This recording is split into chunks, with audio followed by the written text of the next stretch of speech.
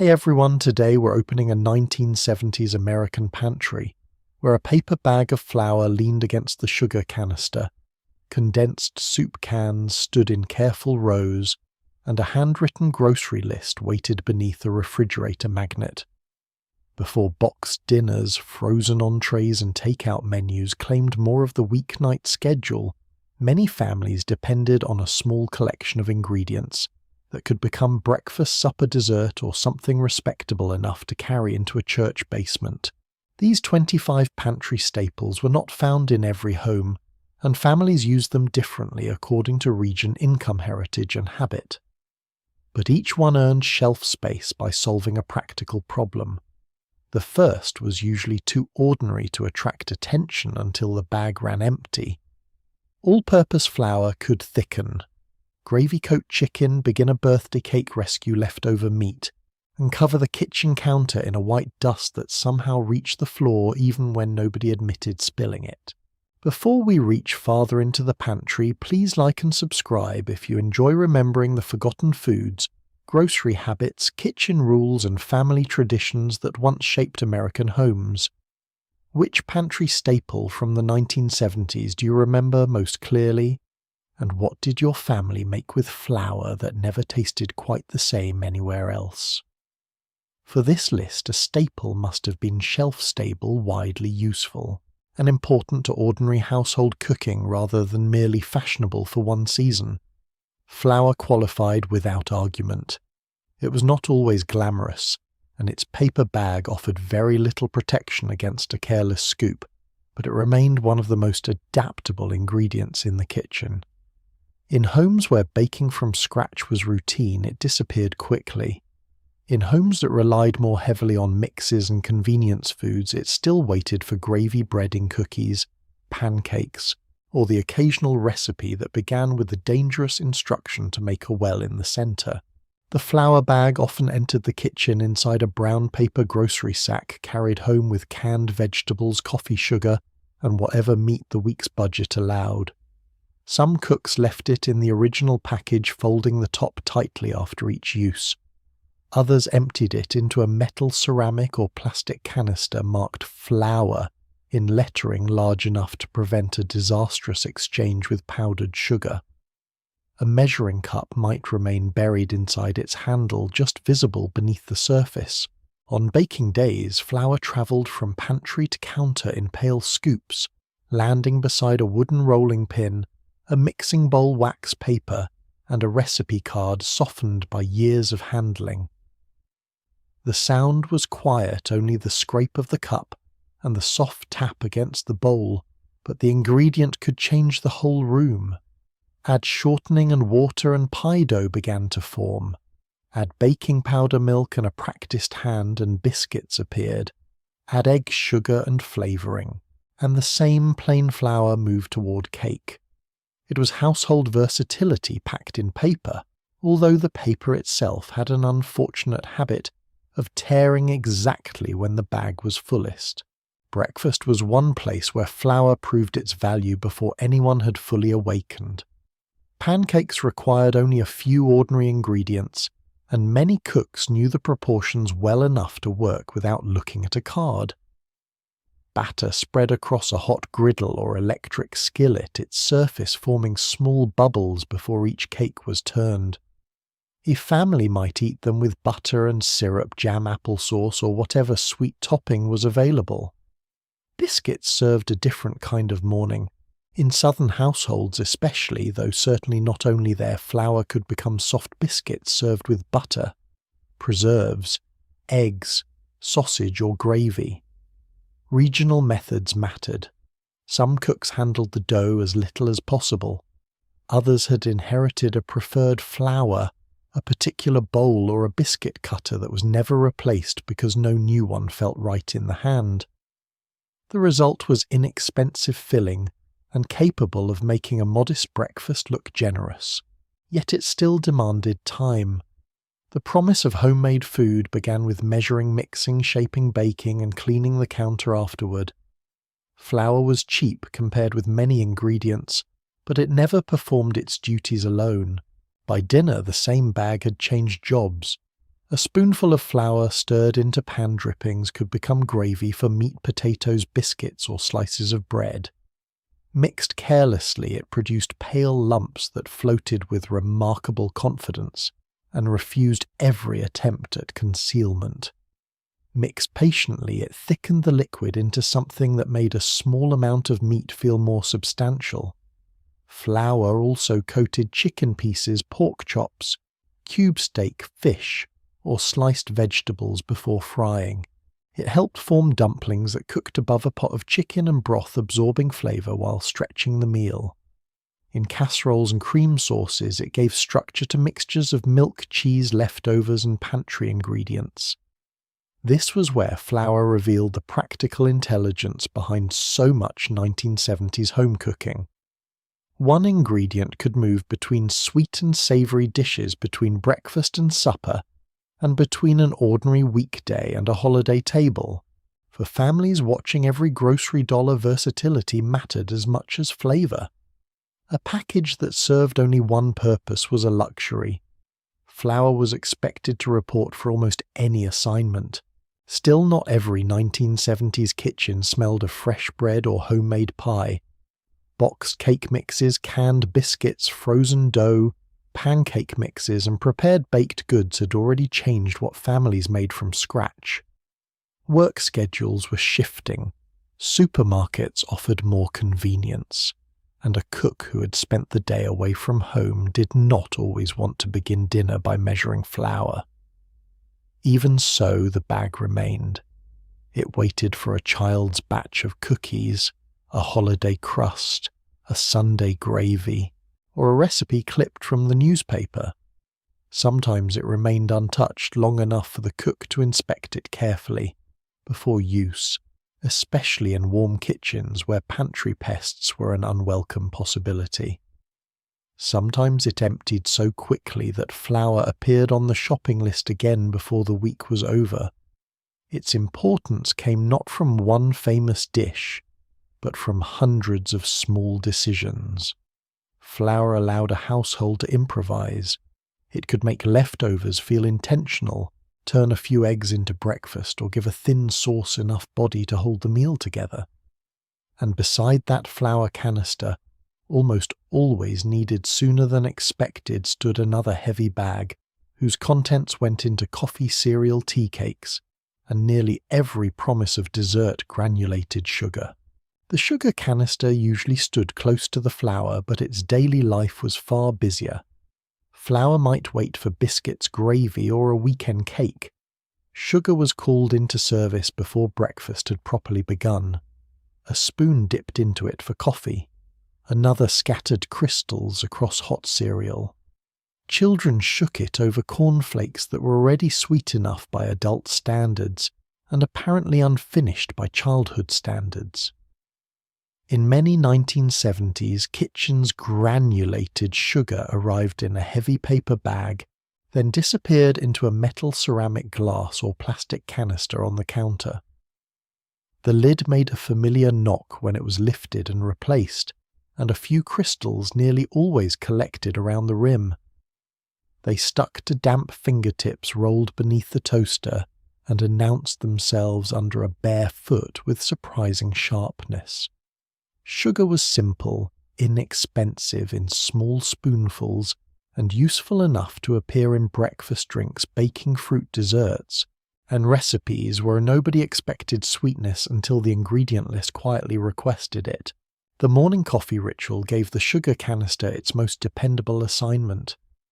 Before automatic drip machines became common in more homes, many families still used electric percolators or stovetop coffee pots, producing a kitchen smell strong enough to reach the hallway. Cups were filled before work, before school lunches were packed, and before anyone had decided what dinner would be. Some adults drank coffee black. Others added milk, cream, evaporated milk or powdered creamer, followed by one spoonful of sugar and then another spoonful described as only a little more. The same canister sweetened hot tea, while in many southern households it helped produce large pitchers of iced tea, made sweet enough to be considered a regional identity, rather than a beverage preference. The amount varied from family to family, and so did the rules. Some children were allowed a carefully measured spoonful in cereal. Others were told that the cereal company had already handled that responsibility. Either way, the sugar bowl or canister sat within view, which made moderation a difficult lesson to teach before 7 in the morning. Sugar also helped families make inexpensive ingredients feel like a treat. A sliced grapefruit could receive a sparkling layer before going under the broiler. Cinnamon and sugar turned buttered toast into an after-school snack. Fresh berries, when available, were sprinkled and left to soften until they produced their own syrup. Canned peaches or pears sometimes reached the table with all the sweetness they needed, but a homemade fruit dessert usually asked for more. Apples became pie filling, cobbler crisp or sauce. Rhubarb required serious negotiation, and sugar served as the mediator. In households that canned preserves or prepared seasonal fruit, sugar had an even larger role, although methods and traditions differed greatly by region, family background, and access to gardens or local produce. The pantry bag was not merely a dessert supply. It helped stretch tart fruit, improve plain cereal, and create small pleasures from ingredients that were already in the house. A child arriving home to toast with cinnamon sugar did not necessarily think of it as budgeting. It simply smelled warm, tasted sweet, and left a trail of crumbs and crystals across the counter. Baking consumed sugar by the cup rather than the spoonful. Cookies, sheet cakes, pies, brownies, quick breads, and holiday candies could lower the canister level with remarkable speed. A recipe card might begin with the instruction to cream sugar with butter margarine, or shortening a process that required a sturdy bowl, a wooden spoon, and more patience than the word cream suggested. Electric hand mixers made the work easier, though they also had a talent for throwing a fine spray of sugar and fat toward the backsplash when switched on too quickly. For birthdays, boxed cake mixes simplified some of the measuring, but homemade frosting still demanded sugar, often in powdered rather than granulated form. Church suppers, school events, family reunions, and neighborhood gatherings gave sugar a social purpose. A pan of bars or a frosted cake could turn ordinary pantry ingredients into something generous enough to share. The finished dessert carried the appearance of hospitality, while the empty sugar canister quietly explained why the next grocery list had to be rewritten. The 1970s grocery budget made sugar both ordinary and carefully watched. Families dealing with rising food costs learned to notice how quickly basic ingredients disappeared. A large household could move through a bag rapidly, especially when iced tea, baking breakfast cereal, and children's drinks all competed for the same supply. Some shoppers compared name brands with supermarket labels, clipped coupons, or bought larger bags when the price made sense and storage space allowed. The bag itself required protection from moisture tearing and curious children who believed that eating a spoonful directly from the canister was an experiment worth conducting. Home cooks also kept other sweeteners nearby. Brown sugar appeared in cookies, baked beans, glazes, and fruit desserts, while powdered sugar waited for frosting, dusting, and recipes that created a white cloud whenever the package was opened. Corn syrup, honey, molasses, and artificial sweeteners had their own places in some pantries. Yet granulated white sugar remained the general-purpose worker expected to move easily from coffee to cake, without asking what kind of day the household was having. Looking back, the sugar canister carries a complicated kind of nostalgia. It recalls birthday cakes cooling on wire racks, iced tea sweating inside plastic tumblers, cereal eaten before the school bus arrived, and coffee poured while the house was still quiet. It also remembers rules, limits, and the familiar sentence that something was sweet enough already. Different families used very different amounts, and changing nutrition advice would gradually alter how many households thought about sugar. But during the 1970s, its practical role remained broad and deeply woven into everyday cooking. Sugar could make fruit more inviting, transform flour into celebration, and turn a slice of toast into a child's preferred reason for coming indoors. When the canister felt light, someone added sugar to the grocery list, usually beside flour, coffee, and cooking oil. And near those bags and tins waited the next pair of pantry workhorses, one solid and one liquid, ready for pie crusts, frying pans, cakes, and the changing habits of the decade, shortening and vegetable oil. The shortening tin sat low and solid on the pantry shelf, while the bottle of vegetable oil stood nearby with a narrow neck and a cap that always seemed slightly slick. Together they represented two generations of cooking habits sharing the same 1970s kitchen. Shortening had already spent decades proving itself in pie crusts, biscuits, cakes, cookies, and frying pans. It was dependable, shelf-stable, and easy to measure with the spoon or scoop, though easy became a generous description once the weather turned warm and the surface softened. Vegetable oil offered a different kind of convenience. It poured quickly, coated a skillet without scraping, and appeared in the growing number of boxed mixes and magazine recipes that asked for a measured amount from a bottle. Many households kept both because they did not see them as identical. Shortening belonged to certain inherited methods, especially baking and deep frying. Oil felt quicker, lighter in texture, and increasingly modern. The pantry had room for tradition, and change provided neither container leaked onto the shelf. For pie crust biscuits and some cookies, shortening was valued because it could be cut into flour until the mixture resembled coarse crumbs. A pastry blender made the task neater, but two knives or practice fingertips could do the same work. The goal was to distribute small pieces of fat without warming them too much, creating dough that would bake into tender layers rather than a solid edible roof tile. Home cooks learned the texture by sight and touch, often from someone who had never written the method down. Shortening also appeared in cake recipes and frosting, especially when butter was expensive, unavailable, or considered too soft for the job. It had little flavour of its own, which made it adaptable, though it also meant that vanilla, cocoa spices or other ingredients had to supply the personality. A shortening tin or tub could survive several different recipes, and when emptied, the sturdy container sometimes earned a second career. Holding kitchen scraps saved grease clothespins, small tools, or anything else that did not yet have a proper home. The frying pan gave both fats their most visible work. A spoonful of shortening melted from a white mound into a clear, shimmering pool, while vegetable oil spread across the metal almost immediately. Chicken pieces dusted with seasoned flour lowered into the pan with a sharp hiss. Pork chops browned at the edges.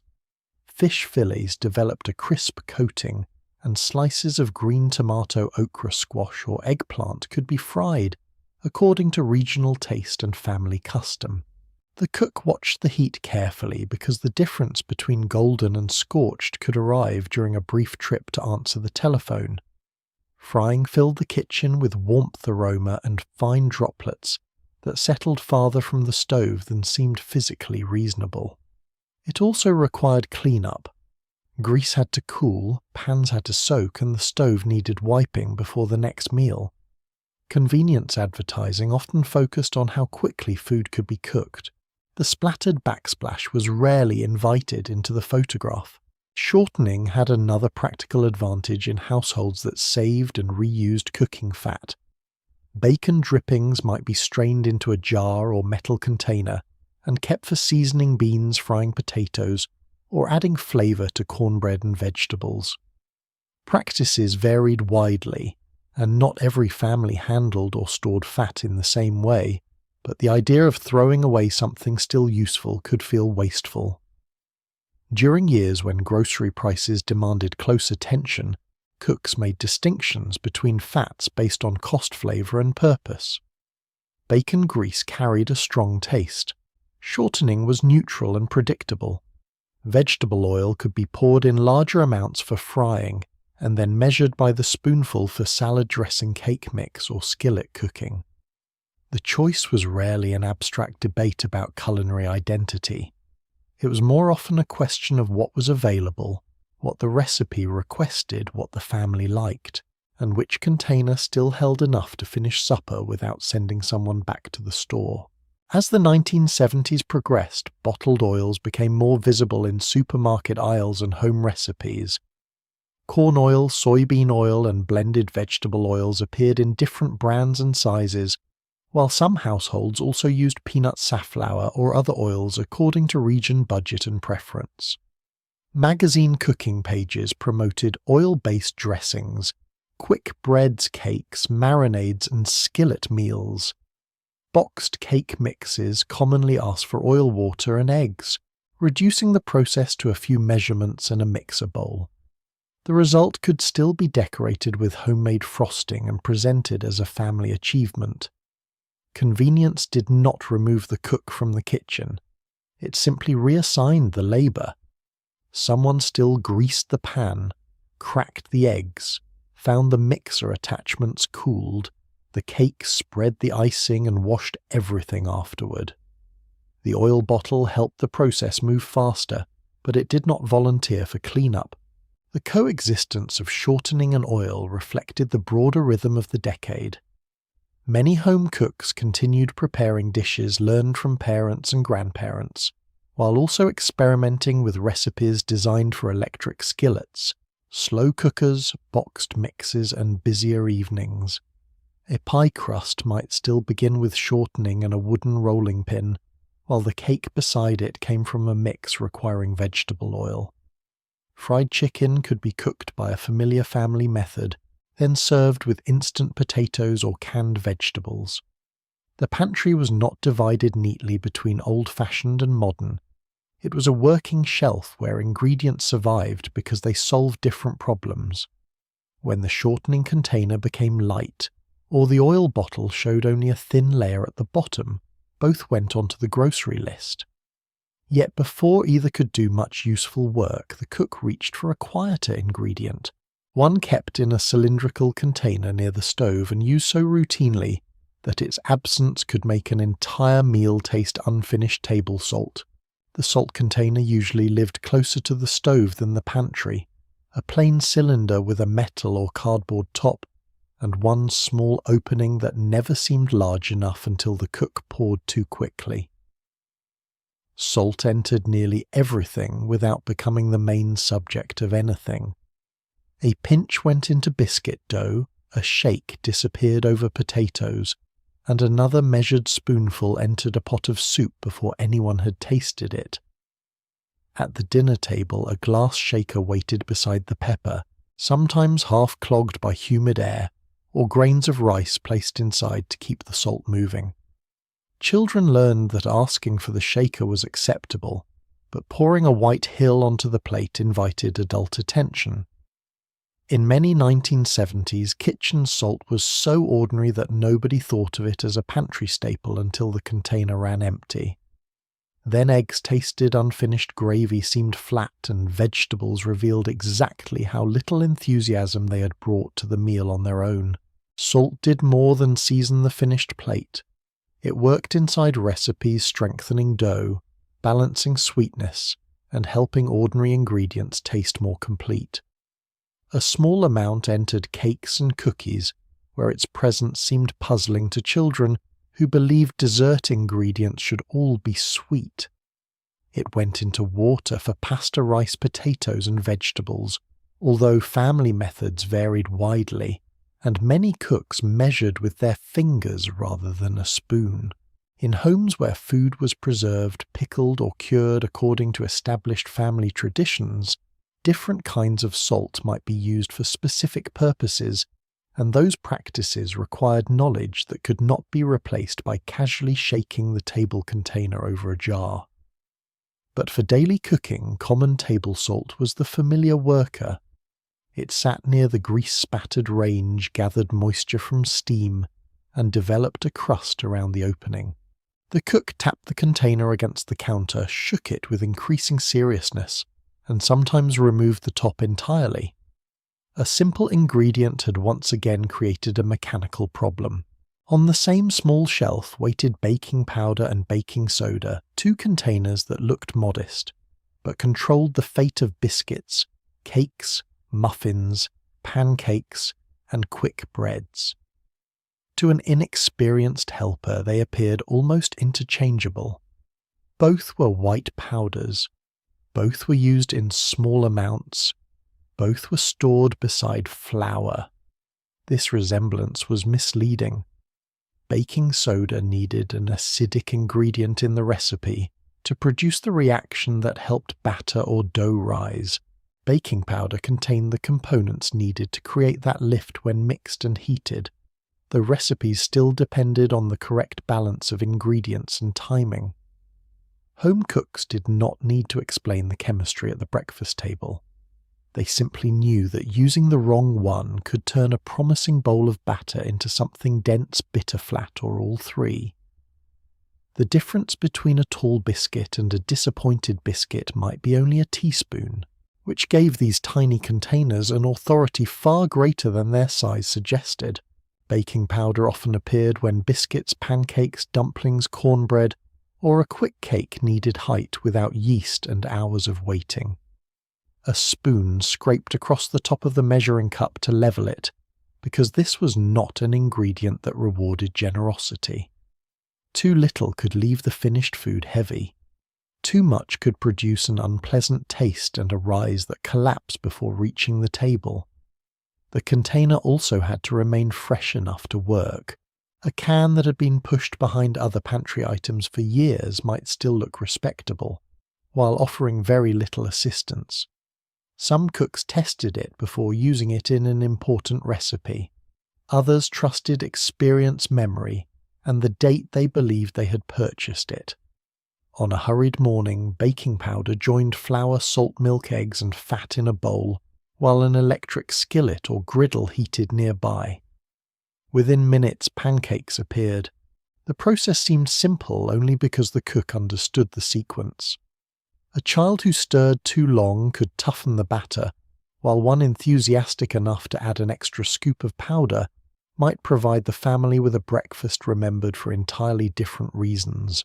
Baking soda had a more varied household identity. In recipes, it helped leaven cookies, cakes, muffins, and breads containing ingredients such as buttermilk molasses, sour milk, or certain fruits. Its slightly alkaline nature could also affect browning and texture details that experienced cooks recognized even if they never used those terms. Outside the mixing bowl, the familiar box might be opened and placed in the refrigerator to absorb odors sprinkled into sinks or used in household cleaning routines. Those uses made it unusual among pantry staples. It could begin the afternoon as part of a batch of cookies and end the evening beside a damp sponge. The box absorbed kitchen air, picked up small splashes, and gradually softened at the corners. Because it was inexpensive and useful, families often kept more than one. The box intended for baking ideally remained separate from the one performing less appetizing duties near the sink or refrigerator. Household organization sometimes respected this boundary. Sometimes it relied on hope. Together, salt, baking powder, and baking soda formed a quiet control center for the pantry. They were rarely praised, never served by themselves, and used in amounts too small to attract attention. Yet they decided whether soup tasted complete, whether pancakes rose, whether cookies spread correctly, and whether biscuits arrived light or heavy. Their usefulness also reflected the knowledge expected of the person preparing the food. A recipe might state 1 teaspoon of baking powder, half a teaspoon of soda, and a pinch of salt, but it could not always explain the feel of the dough, the age of the ingredients, the heat of the oven, or the family preference for softer biscuits and darker crusts. Those details lived in repetition. By the 1970s, mixes and prepared doughs were removing some of that measuring from ordinary meals. but many kitchens still kept the small shelf fully supplied. Just below it, in a bag or box with a faintly gritty texture, waited another staple whose importance changed dramatically from one region to another. Cornmeal could become breakfast bread coating or supper, and in some households an empty cornmeal container was far more serious than an empty box of cake mix. The cornmeal bag had a different importance depending on where the pantry stood. In some 1970s homes it waited quietly behind the flour and came forward only for an occasional pan of cornbread. In others, especially across much of the South and in rural communities, cornmeal was as fundamental as flour itself. It might be stored in a paper sack, a cardboard box, or a kitchen canister, with a slightly gritty dust gathered around the lid. Yellow cornmeal was familiar in many households, while white cornmeal carried its own regional loyalties and families could defend one preference, with the seriousness usually reserved for football teams and holiday seating arrangements. The texture mattered too. Fine meal produced one kind of crumb, while a coarser grind gave the bread more grain and bite. Before a recipe began, the cook often knew exactly which package to reach for, not because the label promised perfection, but because that was the kind the family had always used. Cornbread was the most recognizable assignment, yet even that simple name covered many different traditions. One household baked it in a square pan and cut it into neat pieces. Another poured the batter into a heavy cast-iron skillet that had been heated with shortening bacon drippings or oil until the edges of the bread began to fry the moment they touched the metal. Some families preferred a soft cake-like cornbread with sugar. Others regarded noticeable sweetness as evidence that someone had misunderstood the purpose of supper. Buttermilk might provide tang and help the baking soda work. Regular milk appeared in other kitchens. Eggs, flour, and added fat varied according to region budget and family habit. The skillet emerged from the oven hot and fragrant with a deep golden crust and a center ready to absorb butterbean broth gravy or the liquid from cooked greens. Cornbread could make a plain meal feel complete because it gave the plate something warm, filling, and familiar without requiring expensive ingredients. The same cornmeal moved easily into a frying pan. It coated fish caught locally or purchased at the market, forming a crisp surface when lowered into hot oil. It clung to slices of green tomato, okra squash, and other vegetables that became more persuasive after frying. In some homes, the cook seasoned the meal directly. In others, flour was mixed with it to soften the texture or help the coating adhere. A paper sack sometimes became a mixing tool holding cornmeal, salt, pepper, and the food to be coated. The top was folded, the bag was shaken, and the kitchen briefly sounded as though someone had trapped a very determined object inside. The method was quick, economical, and effective, although opening the sack too suddenly could send a pale yellow cloud over the counter. Cornmeal gave inexpensive ingredients a crisp exterior and helped stretch a modest supper. It also left evidence behind in the skillet on the stove, and in the small grains that somehow reached the floor. Beyond breading and cornbread, cornmeal could become a meal of its own. Cooked slowly with water or milk, it thickened into cornmeal mush, a humble dish with older roots that still appeared in some households during the 1970s. Served hot, it might be eaten with buttermilk, syrup, sugar, or salt, depending on the family. Chilled leftovers could be sliced and fried the next day, giving yesterday's soft porridge a crisp brown surface and a second purpose. Similar preparations existed under different names and within different cultural traditions, including dishes shaped by Native American, African American, Appalachian, Southern, Midwestern, and immigrant foodways. It would be misleading to describe them as one identical national habit. What connected them was practicality. Ground corn stored well cost relatively little and could be transformed without elaborate equipment. In a household that measured the days until payday, A bowl of mush or a pan of fried slices might look plain, but it performed the essential work of filling plates. Cornmeal also entered foods that belonged to community tables rather than ordinary weeknights.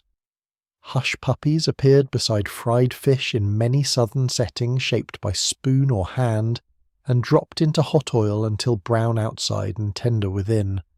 Corn sticks could be baked in moulded iron pans that gave each piece a ridged shape resembling a tiny ear of corn. Spoon-bread corn pudding, and regional variations of tamale pie or cornmeal-topped casseroles carried the ingredient into church suppers, reunions, fish fries, and holiday meals. In other households, packaged corn muffin mixes offered a shortcut. A small box could turn into muffins or a pan of cornbread with only a few additions, reducing the measuring while preserving the warm smell that spread through the kitchen. The convenience version did not erase family traditions. It simply gave a tired cook another route to the table, especially on evenings when the meat was already frying. The vegetables needed attention, and nobody had volunteered to wash another mixing bowl. Cornmeal's place in the 1970s pantry therefore depended less on national fashion than on geography inheritance and daily need.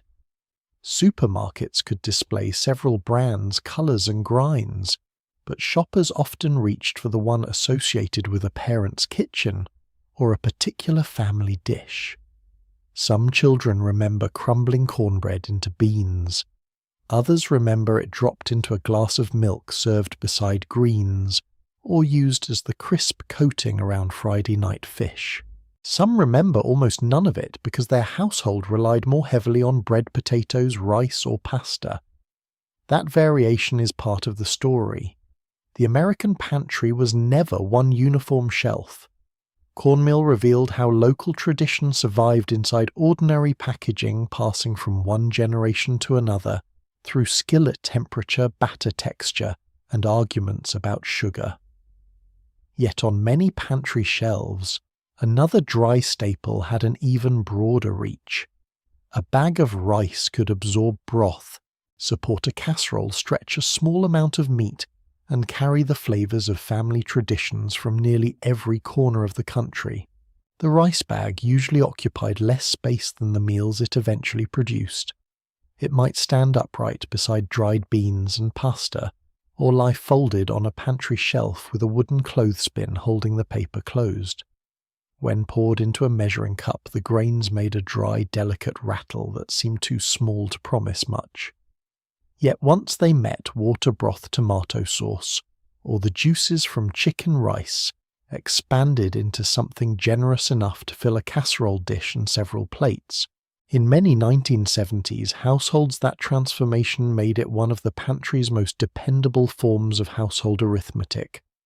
A cup of rice could support a few pieces of meat, absorb the flavour from a pan, and create the appearance of abundance without pretending the grocery budget was larger than it was. The finished dish might be plain, highly seasoned, or shaped by a family tradition that had travelled across generations and regions. What rice offered almost everywhere was possibility. It waited quietly, stored for weeks or months until supper needed more substance. For some families, rice appeared beneath chicken pieces baked in a covered dish, where it absorbed broth, onion seasonings, and the drippings released as the meat cooked. The cook could arrange thighs, drumsticks, or other affordable pieces over the grains, slide the pan into the oven, and allow most of the meal to cook together. The method saved stove space and reduced the number of pans, though it still required judgment. Too little liquid left the rice firm and stubborn. Too much produced something closer to soup. Removing the cover at the right moment helped the chicken brown without drying out the grains below. Condensed soup sometimes joined the mixture, turning rice into a creamy base for chicken, tuna, vegetables, or leftover meat. In other kitchens, a packet of dry seasoning or a bouillon cube supplied extra flavour. The dish looked practical because it was practical. A small amount of protein could be divided across a larger pan, and every spoonful of rice carried evidence that meat had been present even when each person received only one piece. Rice also belonged to the skillet, where it mixed with browned ground beef onions, canned tomatoes, peppers, and whatever vegetables needed using. Some families called the result Spanish rice, though recipes bearing that name varied greatly and often had little connection to a single authentic tradition. Others knew similar combinations as tomato rice, Mexican-style rice, red rice, or simply the dish made when there was not enough meat for hamburgers. Across Latino, Asian American, Southern, Creole, Cajun, Caribbean, and many other households, rice was not merely a way to stretch supper. It was a central food with its own inherited methods, seasonings, textures, and expectations. One family wanted the grains separate and dry. Another preferred them soft enough to hold together. Some washed rice before cooking. Others measured it directly from the bag. A cook who had prepared it for years could judge the water by sight, while a beginner followed the package directions and still lifted the lid every few minutes, releasing the steam that the directions had specifically asked them to leave alone. At the dinner table, rice could take on the character of almost anything placed beside or over it. Gravy from round steak, pork chops, or roast meat found an inexpensive place to spread. A ladle of beans turned the grain into a complete and deeply familiar meal in many communities. Stirred with peas, corn, or chopped leftover vegetables, rice became a side dish that looked more deliberate than a collection of refrigerator remnants. It could be stuffed into bell peppers with ground meat and tomato sauce baked beneath cheese, or folded into cabbage leaves. In some households, leftover rice returned the next day in fried rice, especially where that preparation was part of family tradition. In others, it became rice pudding with milk, sugar, cinnamon, raisins, or nutmeg. The same pantry staple moved from savoury dinner to dessert without complaint. Its flavour was mild, but that mildness was a strength. Rice accepted broth, spice, sweetness, and leftovers with equal patience. It rarely demanded attention except when it scorched to the bottom of the pan and required a soaking period long enough to become part of the evening schedule. Convenience products changed how some families encountered rice during the decade. Boxed rice mixes offered seasoning packets, dehydrated vegetables, and instructions designed to remove uncertainty from the saucepan. Instant or quick cooking rice shortened preparation time for households balancing work-school activities and late dinners. These products cost more than plain rice by weight, but they sold predictability. The cook did not have to decide how much seasoning to use or how long the grains needed to simmer. A box promised that butter, water, and a measured amount of time would produce a respectable side dish. Plain bagged rice remained the more adaptable and often more economical choice, especially for larger families and households with strong rice traditions. But the growing shelf of seasoned mixes showed what supermarkets were learning about the 1970s home. Families still wanted a warm side dish. They simply wanted fewer chances for it to burn while someone answered the telephone, checked homework, changed clothes after work, or searched the refrigerator for the main course. The memory of rice is therefore difficult to separate from what was poured over it, baked into it, or served beside it. Some viewers will remember a casserole with chicken arranged neatly across the top. Others will remember beans and red rice with gravy, stuffed peppers, fried rice, or a bowl sweetened with milk and cinnamon. The grain itself may have seemed ordinary, but ordinary ingredients often carried the greatest responsibility. Rice helped families stretch meat, rescue leftovers, fill hungry plates, and preserve cooking traditions that did not appear in mainstream advertisements. It could be modern convenience food in a seasoned box, or an old family method measured without written instructions. In either form, it earned its place by becoming more than it first appeared to be. The small dry grains swelled, softened, and took on the flavour of the household around them, and close beside the rice bag sat another inexpensive staple that demanded more time but offered even greater staying power, dried beans waiting for water seasoning, and the long patience of a simmering pot. The dried bean bag made no promise of speed. It sat beside the rice and cornmeal, its contents hard. Pale, speckled, red, brown, black or white, depending on what the family cooked and where the pantry happened to be. Before those beans became supper, someone had to sort them, shake them across a plate, or spread them over the kitchen table and remove the occasional small stone or damaged bean that had travelled inside the package. Then came soaking, rinsing, seasoning and waiting. Some cooks covered the beans with water in the morning. Others left them overnight in a bowl or pot, trusting tomorrow's meal to begin before today had ended. Quick soak methods existed for evenings when planning had failed, but dried beans still resisted the idea of instant dinner. Their value came from the opposite quality. They were inexpensive, shelf-stable filling, and able to simmer quietly while the rest of the household moved through its day. The pot usually began with water, but flavour came from what the cook could spare. A ham bone left from Sunday dinner might still hold small pockets of meat fat and smoky seasoning. It looked nearly finished, but the bean pot gave it one final assignment. Ham hocks, salt pork, bacon ends, or a spoonful of saved drippings served similar purposes in many kitchens, though traditions and ingredients varied widely.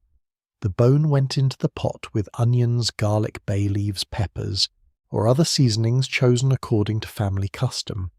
As the water warmed, the beans softened and the broth darkened, drawing flavour from something that might otherwise have been discarded. This was thrift without the need for a speech.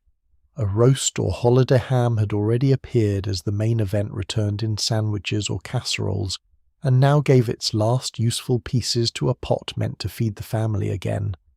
Nothing dramatic happened. The house simply began to smell like dinner several hours before dinner was ready.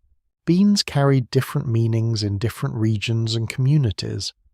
Pinto beans might simmer with chili onion or pork in southwestern and Mexican-American households, while black beans belonged to Cuban, Caribbean, Latin American, and other family traditions with their own methods and seasonings. Red beans and rice held a special place in Louisiana cooking. Navy beans, Great Northern beans, lima beans, black-eyed peas, and field peas appeared in southern Midwestern Appalachian rural and working-class kitchens under many names and preparations. Some cooks seasoned them heavily. Others preferred a simpler pot served with salt, pepper, vinegar, chopped onion, or hot sauce at the table. The 1970s, American Pantry was not unified by one bean recipe. It was connected by the way dried legumes offered nourishment, flexibility, and a place for inherited technique. A mainstream cookbook might reduce the process to measurements and minutes, but family cooks often judged doneness by pressing one bean against the side of the pot or tasting it from a spoon while warning everyone else that the broth was still hot. The beans required patience, but they did not require constant attention. Once the pot settled into a low simmer, the cook could prepare cornbread wash, laundry, make telephone calls, help with homework, or begin another household task. The danger was forgetting the water level. Beans absorbed liquid steadily, and a pot left too long could move from gently simmering to firmly attached to the bottom. The first warning might be a change in smell. The second was usually the cook crossing the kitchen much faster than before. When everything went well, the beans became tender and the broth thickened around them. A wooden spoon lifted pieces of ham from the bottom, and a final adjustment of salt or seasoning brought the pot together. The meal might be served in bowls with cornbread over rice beside greens or as part of a larger supper. It did not look expensive because it was not. But the steam, the dark broth, and the plate of bread made the table feel supplied. For families waiting for payday, a pot of beans solved more than one meal. The first night might bring bowls of beans with cornbread or biscuits. The next day, leftovers could return with rice be mashed for a filling added to soup, or warmed beside whatever small amount of meat remained. A pound of dried beans expanded considerably after cooking, which made the package useful when several people needed feeding. The economy depended on time fuel and household labour, however, and those costs were real even when they did not appear on the grocery receipt.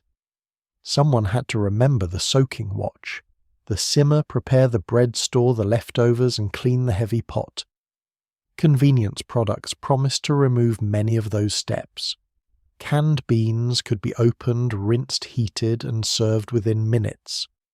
They cost more per serving, but they offered something increasingly valuable in the 1970s, a dependable supper that did not need to begin the night before. Even where canned beans became common, dried beans often kept their place. They were cheaper in many stores, easier to season from the beginning, and deeply tied to meals that families did not consider replaceable. The cooking liquid developed body and flavour that a quickly heated can did not always reproduce. Large pots were practical for gatherings, church suppers, reunions, and homes where relatives or neighbours might appear near mealtime. Beans also accepted changes without losing their identity. More water made soup, less water made a thicker side dish. A ham bone added richness, while meatless versions depended on vegetables, spices, oil, or other family methods. The ingredient did not demand an expensive supporting cast. It simply required the cook to understand that dinner was not going to be rushed. In an era increasingly attracted to instant potatoes, boxed helpers, and frozen entrees, the bean pot remained an older kind of convenience: make a great deal at once, then eat from it more than once. The memory of dried beans is often attached to the waiting. It belongs to the bowl soaking on the counter, the lid lifting in a cloud of steam, the ham bone slowly giving up its last pieces, and the cornbread arriving warm enough to melt butter.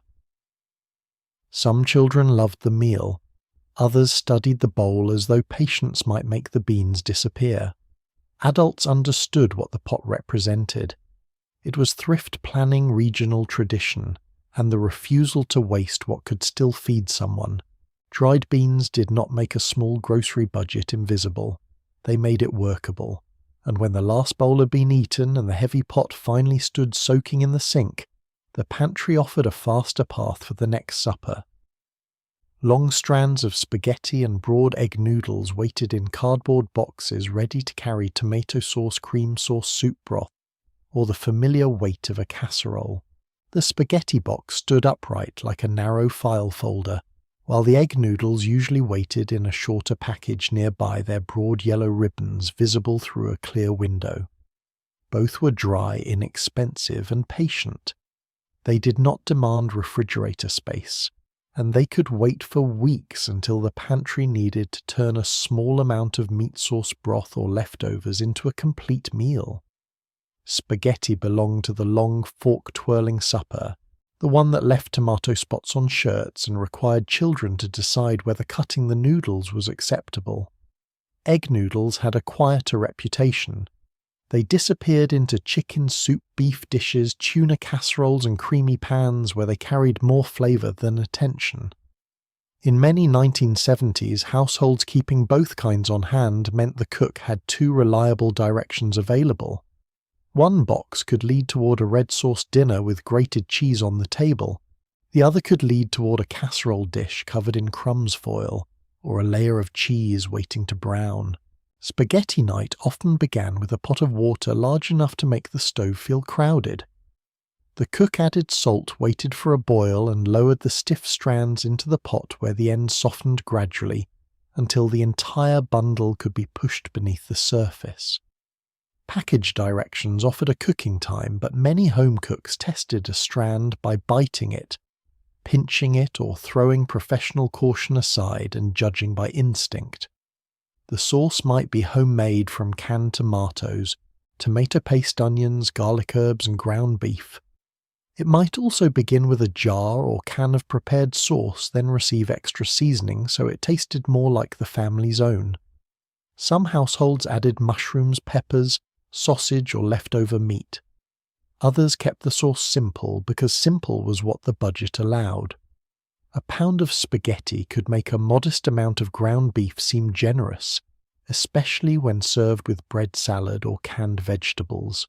The noodles stretched the expensive part of the meal without making the plate look like a compromise.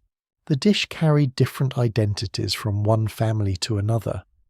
Italian-American households often had methods, sauces, and pasta traditions far more specific than the generalized spaghetti dinner promoted in magazines and supermarkets. Other families adapted the meal to local tastes, available ingredients, and what children would eat without negotiation. Some sauces simmered for hours. Others were assembled after work in the time it took the water to boil. A few cooks sweetened tomato sauce slightly. Others would have considered that an offence requiring immediate correction. Parmesan-style grated cheese might arrive at the table in a familiar shaker, while some homes used freshly grated cheese or none at all. The common thread was not one authentic national recipe but the usefulness of dry pasta. It provided a recognizable dinner, accepted many kinds of sauce, and produced leftovers that could be reheated the next day. Those leftovers sometimes became even more tangled, as though the noodles had spent the night organizing themselves into one determined block. Egg noodles were built for a different kind of comfort. Their broad shape caught cream sauce gravy soup broth and the soft fragments of meat left from another meal. In a chicken soup pot they cooked quickly among carrots, celery, onions, and pieces of chicken, thickening the broth slightly as they softened. Served beneath beef and gravy, they gave an inexpensive or slow-cooked cut of meat a generous foundation. Some families prepared versions of beef stroganoff with sour cream mushrooms, onions, and strips or pieces of beef, while others used ground meat or canned soup to create a less formal weeknight interpretation. The name sounded sophisticated enough for company, but the pantry ingredients remained practical. Egg noodles also appeared beneath creamed chicken turkey, or tuna carrying sauces that made leftovers feel like a planned meal instead of evidence from Sunday dinner. Their mild flavor allowed the gravy or sauce to lead, and their soft texture made them familiar to children, older relatives, and anyone who preferred dinner not to put up much resistance. The casserole dish was where egg noodles performed their most famous household work. Tuna noodle casserole combined cooked noodles with canned tuna condensed soup, milk peas, cheese, or other ingredients according to the recipe and family preference. The top might receive crushed potato chips, buttered breadcrumbs, crackers, fried onions, or simply enough cheese to create a browned surface. Similar noodle casseroles used leftover chicken, ham, ground beef, or vegetables. The method solved several problems at once. It stretched a small amount of protein-used ingredients already in the pantry, could be assembled ahead of time, and produced enough food for a family in one baking dish. It also concealed individual ingredients inside a creamy mixture, which sometimes persuaded children to eat peas and sometimes merely encouraged them to conduct a careful excavation. The casserole promised efficiency, but the kitchen still collected a pot for boiling noodles, a bowl for mixing a can opener, a spoon, and the baking dish itself. One-pan supper was occasionally more of an emotional concept than a count of the washing up. Dry noodles also served as insurance against the evening when the planned meal failed. Meat had not thawed. A grocery trip had been delayed. Someone had eaten the leftovers intended for dinner and left the empty container in the refrigerator as a small domestic surprise. Spaghetti could be dressed with butter, cheese, tomato sauce, or a quick mixture of canned ingredients. Egg noodles could receive gravy, broth, butter, or a spoonful of cream sauce. Both cooked faster than dried beans and required less attention than bread dough.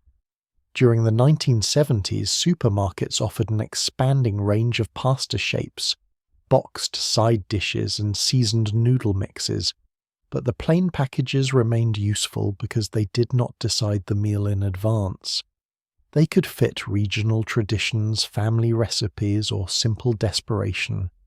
Their value rested in flexibility, shelf life, and the ability to make a few ingredients cover the bottom of a large serving bowl.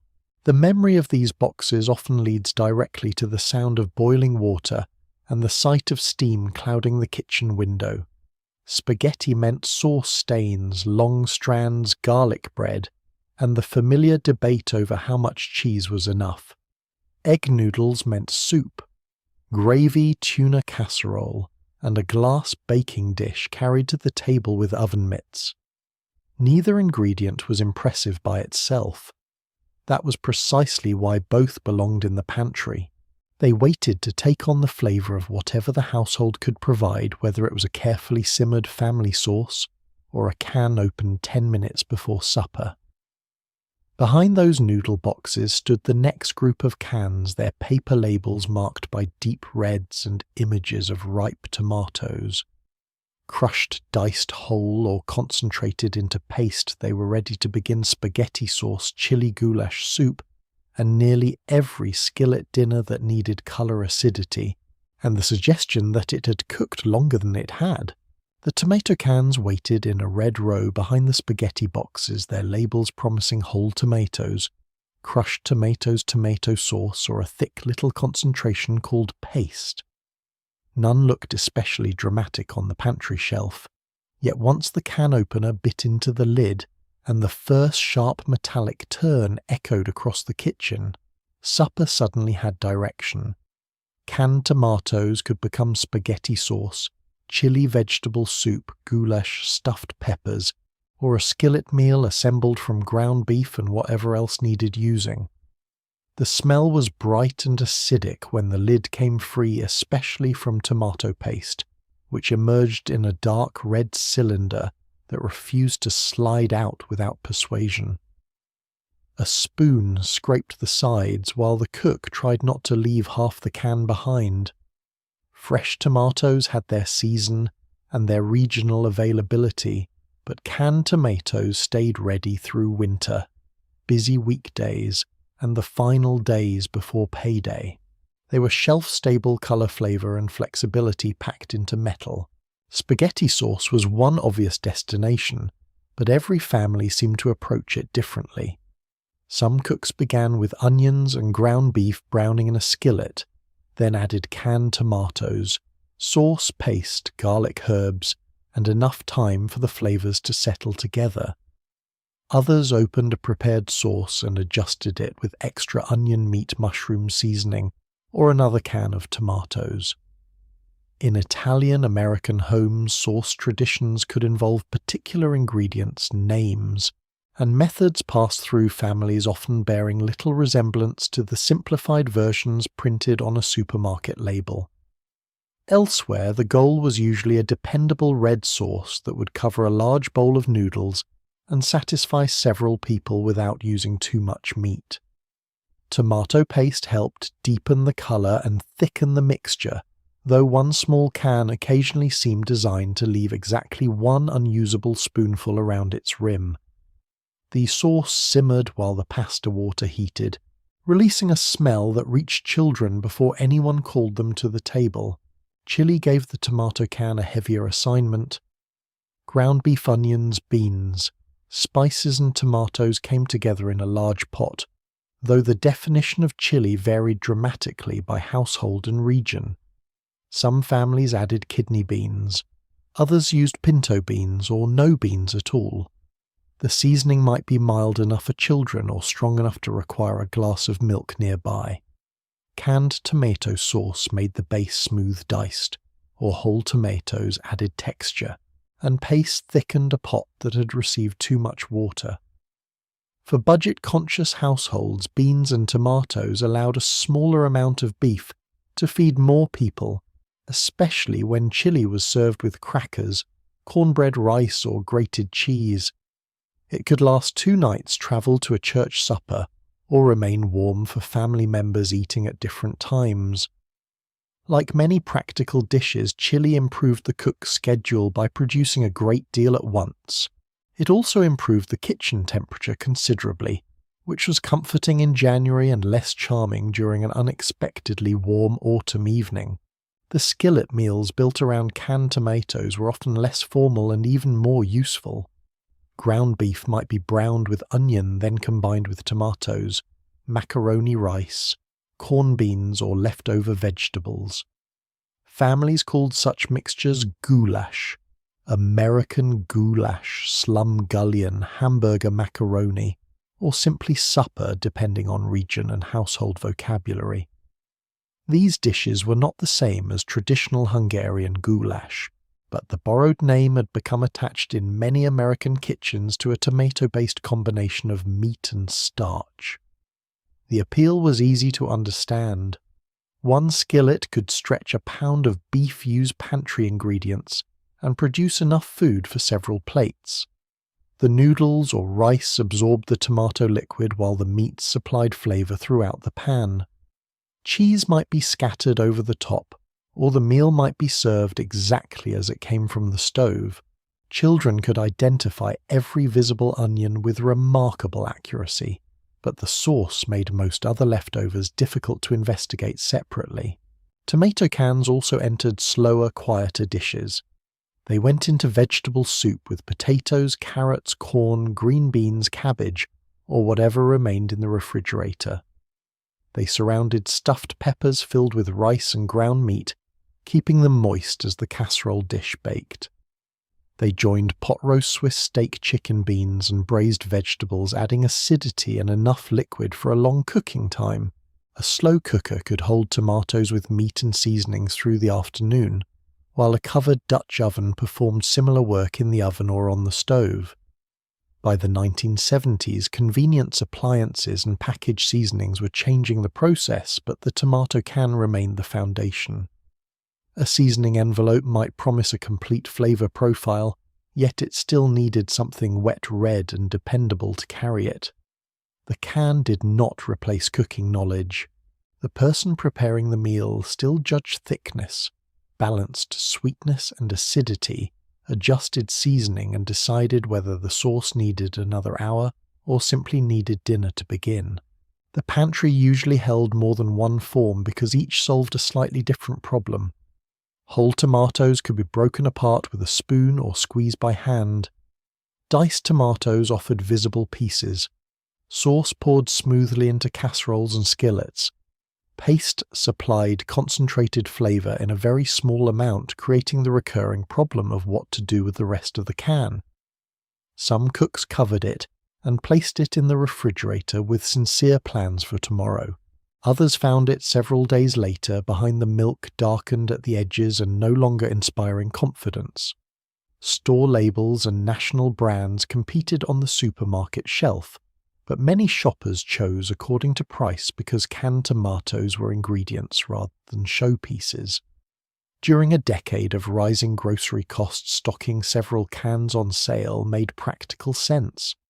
They could wait until meat was affordable, leftovers accumulated, or the dinner plan needed to change without warning. Canned tomatoes earned their pantry space because they could make modest ingredients taste connected. A handful of macaroni, a small package of ground beef, a cup of beans, or yesterday's vegetables became a recognizable dish once the red sauce surrounded them. The cans also carried family differences. One kitchen added sugar, another hot pepper, another oregano, and another only salt and onion. Some meals reflected long cultural traditions. Others had been assembled from newspaper recipes, package instructions, or necessity on a Wednesday evening. What united them was the sound of the can opening and the sudden certainty that supper would be red. Yet beside those tomato cans waited an even more concentrated form of convenience, one that frequently abandoned its original purpose entirely.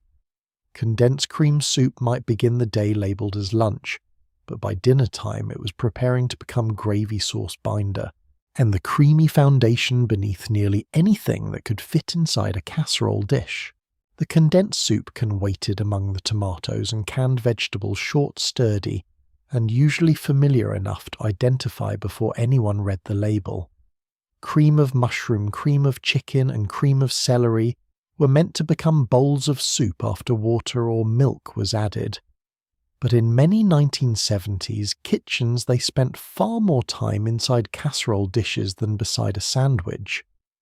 The can opener cut through the lid, revealing a pale, thick mass that held the shape of the container for one determined moment before sliding into a mixing bowl. It did not look like sauce yet. It looked like something that had been asked to remain perfectly still during shipping. A spoon loosened it, milk thinned it, and within minutes the condensed soup had become the creamy foundation for noodles, rice, chicken, tuna, vegetables, pork chops, or nearly any leftover that needed help becoming dinner again. Its appeal was not mysterious. A traditional white sauce required fat flour milk, careful stirring, and enough attention to keep the mixture smooth. Condensed soup placed much of that work inside a can. The cook still had to open it, scrape it out, combine it with other ingredients, and decide whether the mixture needed milk broth, sour cream cheese, or seasoning. But the most uncertain part had already been handled. That predictability mattered on a weekday evening when children were asking about dinner. The telephone was ringing and a package of meat had not thawed as quickly as expected.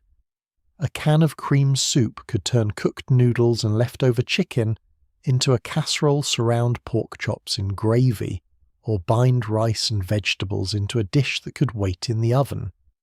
It promised convenience without asking the household to abandon the appearance of a cooked meal. The casserole still arrived hot-browned, and carried in with both hands. The shortcut remained politely hidden underneath. Tuna noodle casserole became one of the most recognizable examples. Cooked egg noodles were mixed with canned tuna condensed soup milk peas, and whatever additions the family preferred. Some cooks added cheese, others used celery, onion, mushrooms, or a second soup variety. The topping might be crushed potato chips, saltine crackers, buttered breadcrumbs, fried onions, or nothing more than a lightly browned surface. Every household seemed to believe its version was the ordinary one. Children often disagreed with the inclusion of peas, which remained visible enough to remove one at a time. The casserole stretched a small amount of tuna across several servings and used ingredients that could remain in the pantry until needed. It also travelled well beneath aluminum foil, making it suitable for church suppers, neighbourhood meals, and occasions when food was delivered to a family experiencing illness, a new baby, or some other disruption. Condensed soup did not merely thicken the dish, it helped make the casserole portable, reheatable, and difficult to spill unless the driver took a corner with unnecessary confidence. Chicken and rice casseroles gave the soup can another dependable assignment. Uncooked or partially cooked rice could be arranged beneath chicken pieces with soup water broth or milk, allowing the grains to absorb flavour as the dish baked. Leftover chicken could be mixed with cooked rice vegetables and a creamy sauce, then covered with cheese or crumbs. Similar methods appeared with turkey after holidays, ham after Sunday dinner, or ground beef browned in a skillet. Green bean casserole, potatoes in cream sauce, broccoli, bakes, and mixed vegetable dishes all borrowed the same basic idea.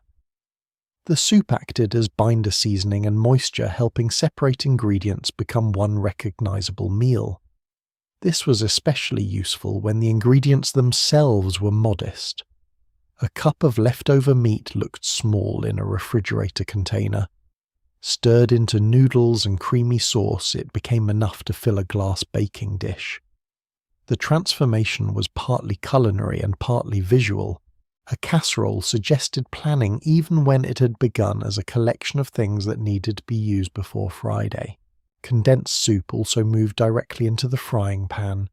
Pork chops or cube steaks could be browned, covered with soup, and a little liquid, then simmered until the meat softened and the sauce became gravy. Chicken breasts or pieces received the same treatment. Meatballs could cook in a creamy mushroom sauce and be served over noodles, rice, or mashed potatoes. A spoonful added body to pot pies, creamed vegetables, or leftover turkey mixtures. Some slow cooker recipes depended on it because the thick soup surrounded the ingredients and held moisture through several hours of cooking. The can made many dishes more forgiving, though not completely foolproof. Too much added liquid produced a thin sauce. Too little could leave the edges dry while the center remained heavy. Additional salt was not always necessary, and experienced cooks tasted before shaking the container over the pan. The soup offered assistance, but it did not take responsibility for every decision. No pantry product had yet become that ambitious. Company recipe booklets, magazine pages, newspaper food columns, and package labels helped spread these uses through American kitchens. Recipes built around condensed soup were easy to copy onto an index card because the instructions were short and the ingredients recognizable. 1 can 1 package of noodles, 1 cup of milk, 1 can of tuna, and 1 frozen or canned vegetable could become a complete written plan. Friends exchanged variations. Church cookbooks gathered them. Families adjusted them according to taste cost and whatever was already on the shelf. The dishes were not equally common in every region or household, and many families continued making sauces from scratch. Others avoided canned soup or used it only occasionally. But its cultural visibility was difficult to miss. It represented the 1970s desire to keep the familiar structure of home cooking while reducing some of the time and uncertainty behind it. The meal still looked homemade because a person had assembled, baked, served, and cleaned up after it. The can simply entered as a quiet partner. Condensed soup survived because it could change roles without changing shelves. It was lunch on a cold afternoon sauce on a busy evening gravy beneath pork chops, and the glue holding together a casserole made from leftovers. Its flavor became part of the memory of countless family dishes even when nobody mentioned the soup itself. Some viewers will remember the creamy surface beneath crushed crackers. Others will remember a spoon scraping the last stubborn streaks from the can. The product promised convenience and compared with the sauce made from the beginning it delivered. Yet the cook still boiled noodles, chopped onions, opened tuna, greased the dish, watched the oven and washed the pan. Convenience had reduced the steps without making dinner appear by magic.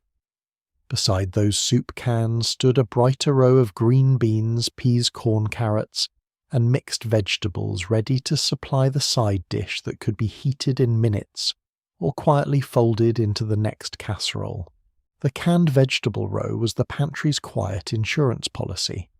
Green beans, peas, corn, sliced carrots, mixed vegetables, and sometimes spinach or beets stood shoulder to shoulder beneath paper labels ready for the evening when the refrigerator drawer offered 1 tired stalk of celery and no useful explanation. A metal can did not require washing, trimming, peeling, or waiting for a garden season. It required a can opener, a saucepan, and several minutes of heat.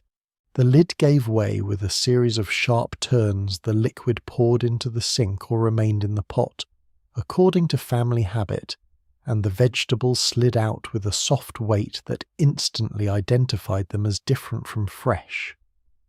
For many 1970s families, that difference was not a reason to reject them. Canned vegetables were affordable, predictable, shelf-stable, and always available when dinner needed a green, yellow, or orange section on the plate. They made Tuesday supper look more complete even when Tuesday had not been especially cooperative. Green beans may have been the most versatile member of the row. Heated plainly with butter, margarine, salt, pepper, bacon drippings, or a small piece of ham, they became a quick side dish beside meatloaf, pork chops, fried chicken, or hamburger patties. In southern and rural households, they might simmer longer with pork seasoning until soft and deeply flavored, a style very different from the brighter, firmer vegetables that later cooking advice would often encourage. Other families drained the beans, warmed them quickly, and served them with little ceremony. Children sometimes pushed them into careful lines, or examined the occasional stem end as though quality control had been assigned at the table. Yet green beans could also move into casseroles, salads, and holiday dishes. Mixed with condensed soup and topped with crisp onions or crumbs, the ordinary can became something suitable for company. The transformation depended on sauce topping and a baking dish, but the pantry had supplied the ingredient that made the whole performance possible. Canned peas carried a more complicated reputation. Their soft texture and muted green colour made them instantly recognisable, though not always welcome. They could be heated with butter stirred into rice folded into tuna casserole, added to chicken pot pie filling, or mixed with carrots for a side dish that seemed designed to occupy one compartment of a divided plate. Some families served creamed peas over toast potatoes or biscuits, turning a small vegetable into a larger meal with milk, flour and seasoning. Others combined peas with pearl onions for holidays or company dinners. Children who disliked them became surprisingly skilled at hiding individual peas beneath mashed potatoes, or arranging them around the edge of the plate in the hope that distance might count as consumption. Parents generally remained unconvinced. The canned pea's great strength was not its appearance, it was readiness. There was no shelling, no thawing, and no uncertainty about whether the fresh produce had survived another week in the refrigerator. Corn usually received a warmer welcome. Its sweetness made it easier to serve beside roast meat, fried chicken, hot dogs, or casseroles, and its bright yellow colour gave the plate more life. Whole kernel corn could be drained and heated with butter, stirred into soups mixed with beans, or folded into rice and ground beef dishes. Cream-style corn had a softer, thicker identity and appeared in corn casseroles, spoon breads, fritters, and side dishes that moved comfortably between ordinary supper and holiday tables. Some cooks added sugar, while others believed the corn had already handled that matter. A can could also join tomatoes, peppers, onions, and meat in skillet dishes that stretched several ingredients at once. Like many pantry foods, canned corn worked because it did not insist on being the central attraction. It added sweetness, colour, and bulk while allowing the more expensive meat or the family's favourite seasoning to receive the credit. Mixed vegetables were even more direct about their purpose.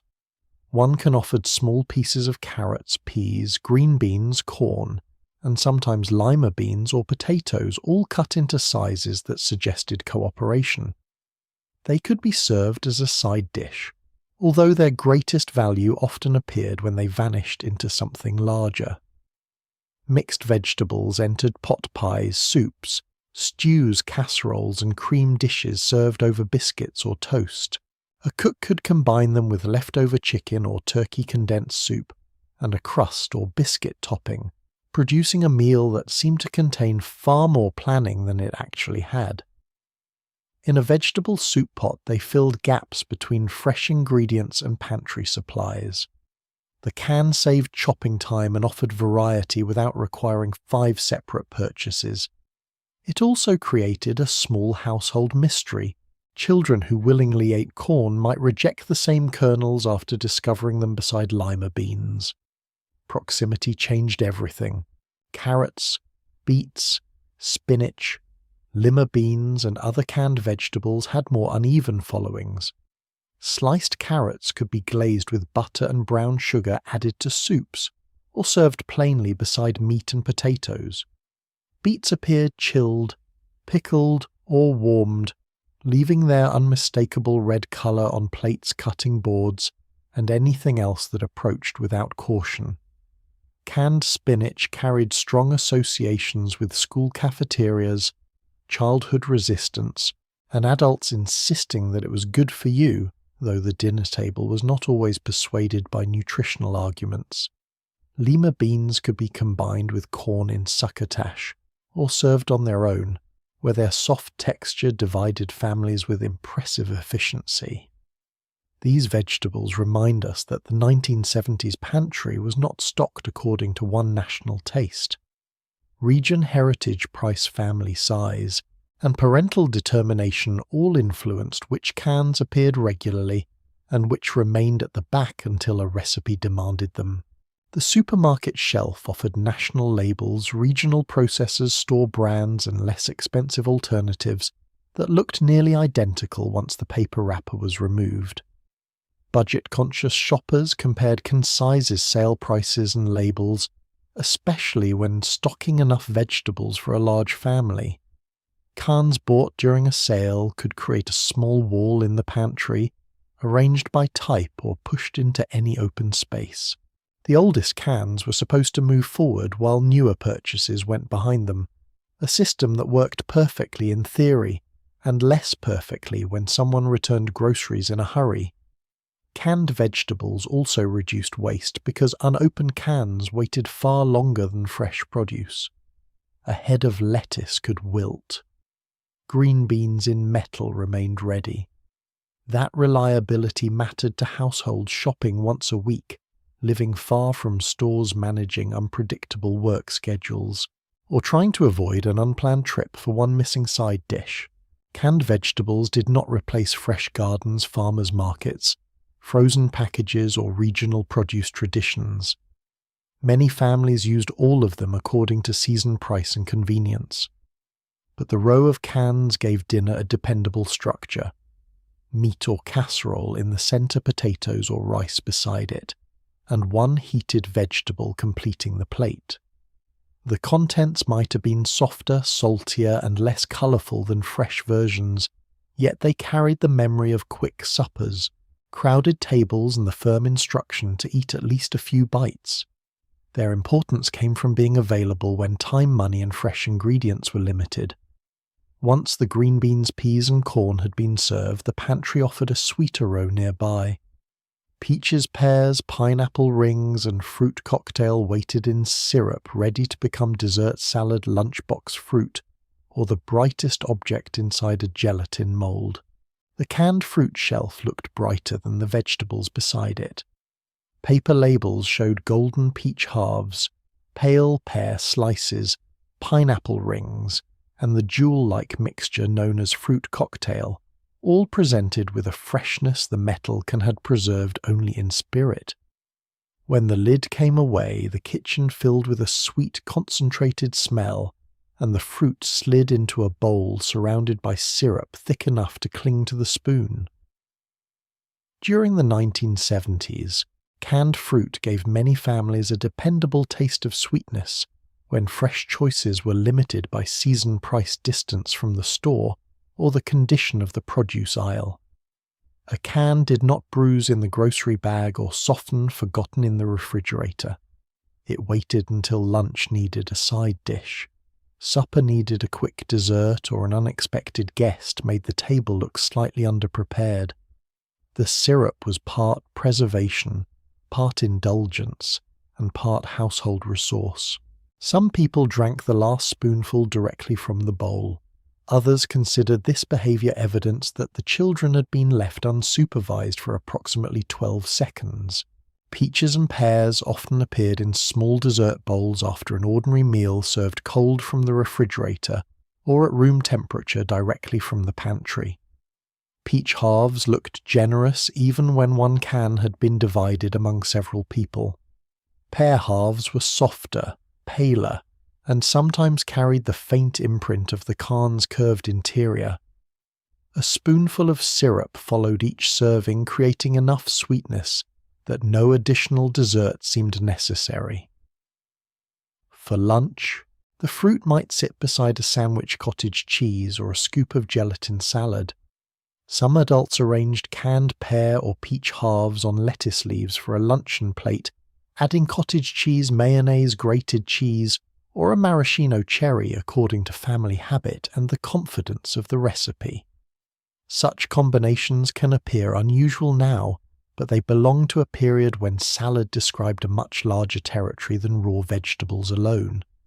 The goal was often a plate that looked composed, colourful and suitable for company, without demanding expensive fresh ingredients or hours of preparation. Pineapple had more assignments than almost any other canned fruit. Rings were laid across ham and held in place with toothpicks and bright cherries, creating a centerpiece that looked festive under the oven light. Crushed pineapple entered cakes, frostings, ambrosia, gelatin molds, and fruit salads. Tidbits and chunks were stirred into sweet and sour dishes, cottage cheese plates, or chilled desserts made with whipped topping. The juice might be reserved for punch glaze cake batter or a sauce rather than poured down the sink.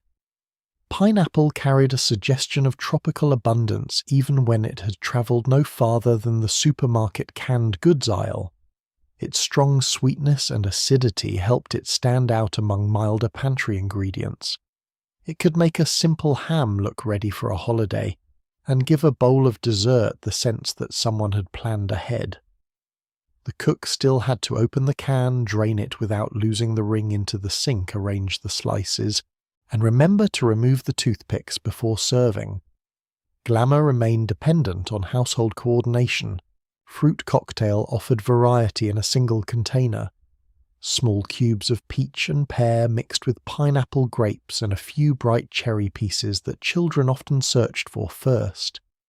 Every serving promised a little of everything, though distribution was not always equal. One bowl might receive 2 cherries and appear blessed. Another might contain mostly pear and become the subject of quiet comparison. Fruit cocktail could be served plain folded into gelatin, combined with marshmallows and whipped topping, or mixed into creamy desserts for church suppers and family gatherings. It also appeared on school and cafeteria trays, where the syrup spread toward neighbouring compartments, unless the tray remained perfectly level. At home, the can made a quick dessert possible without peeling, coring, slicing, or managing several different fruits. It was convenience through combination. The cook opened one container and produced a bowl that looked more varied than the grocery list behind it. Canned fruit also helped create the refrigerated desserts and moulded salads associated with the decade. Gelatin dissolved in hot water, cooled slightly, and received drained fruit before being poured into a bowl pan or decorative mould. Pineapple required attention because fresh pineapple could interfere with gelatin setting, while canned pineapple had been heated during processing and could be used more reliably. Home cooks may not have discussed the enzyme chemistry, but they knew which recipes worked. Fruit cocktail peaches, pears, or mandarin oranges could be suspended inside brightly coloured gelatin, although the fruit sometimes sank, floated or gathered in one end of the mould despite the cook's intentions. Cream cheese cottage. Cheese, mayonnaise, whipped topping nuts, and marshmallows expanded the category further, producing dishes that might appear beside the main course or arrive as dessert. The distinction depended on the recipe, the family, and whether lettuce had been placed underneath. A decorative mould brought drama to inexpensive ingredients, especially when it released cleanly.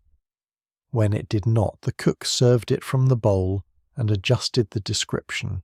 For families watching, the grocery budget canned fruit offered predictable portions and reduced the risk of waste. Fresh peaches could become overripe before anyone ate them. A sealed can waited for months ready for a weekend meal or an emergency dessert. Shoppers compared national labels with store brands and watched for sales, sometimes buying several cans at once. Syrup styles varied and cans packed in juice or lighter syrup became more visible as preferences and nutrition advice changed. But heavy syrup remained a powerful memory for many people who grew up during the period. It coated the fruit, sweetened the serving, and made even a small bowl feel like a treat. Home-canned peaches, pears, jams, and preserves were also important in many households with gardens, orchards, or strong preserving traditions, and those jars carried methods and flavours quite different from supermarket cans. The commercial product did not erase those traditions. It gave households without the time, produce equipment, or experience another way to keep fruit available throughout the year. The memory of canned fruit often rests in the details around it. The cold rim of the opened can, the spoon striking the glass serving bowl, the cherry pieces claimed before anyone else arrived, and the syrup left at the bottom after the fruit was gone. Peaches and pears made an ordinary supper feel complete. Pineapple turned ham and cake into company food. Fruit cocktail made variety possible without buying 5 kinds of fresh fruit. These cans survived because they were useful, affordable, and ready, though their place at the center of family meals gradually weakened as fresh produce improved. Frozen fruit expanded and tastes moved away from syrup-heavy desserts and molded salads. The products did not disappear, but the rituals around them became less common. On the shelf beside those sweet cans waited a much smaller container with an entirely different responsibility. Canned tuna could become lunch, supper, salad, casserole, or a Friday meal, stretching a few ounces of fish across sandwiches, noodles, and several hungry plates. The tuna can was small enough to disappear behind larger vegetables, yet it could influence both lunch and supper before the week was over. A manual can opener travelled around the lid with a metallic click, releasing the unmistakable smell of fish and packing liquid into the kitchen air. The cook pressed the loosened lid against the tuna to drain it, keeping fingers clear of the sharp edge, while trying not to lose half the contents into the sink.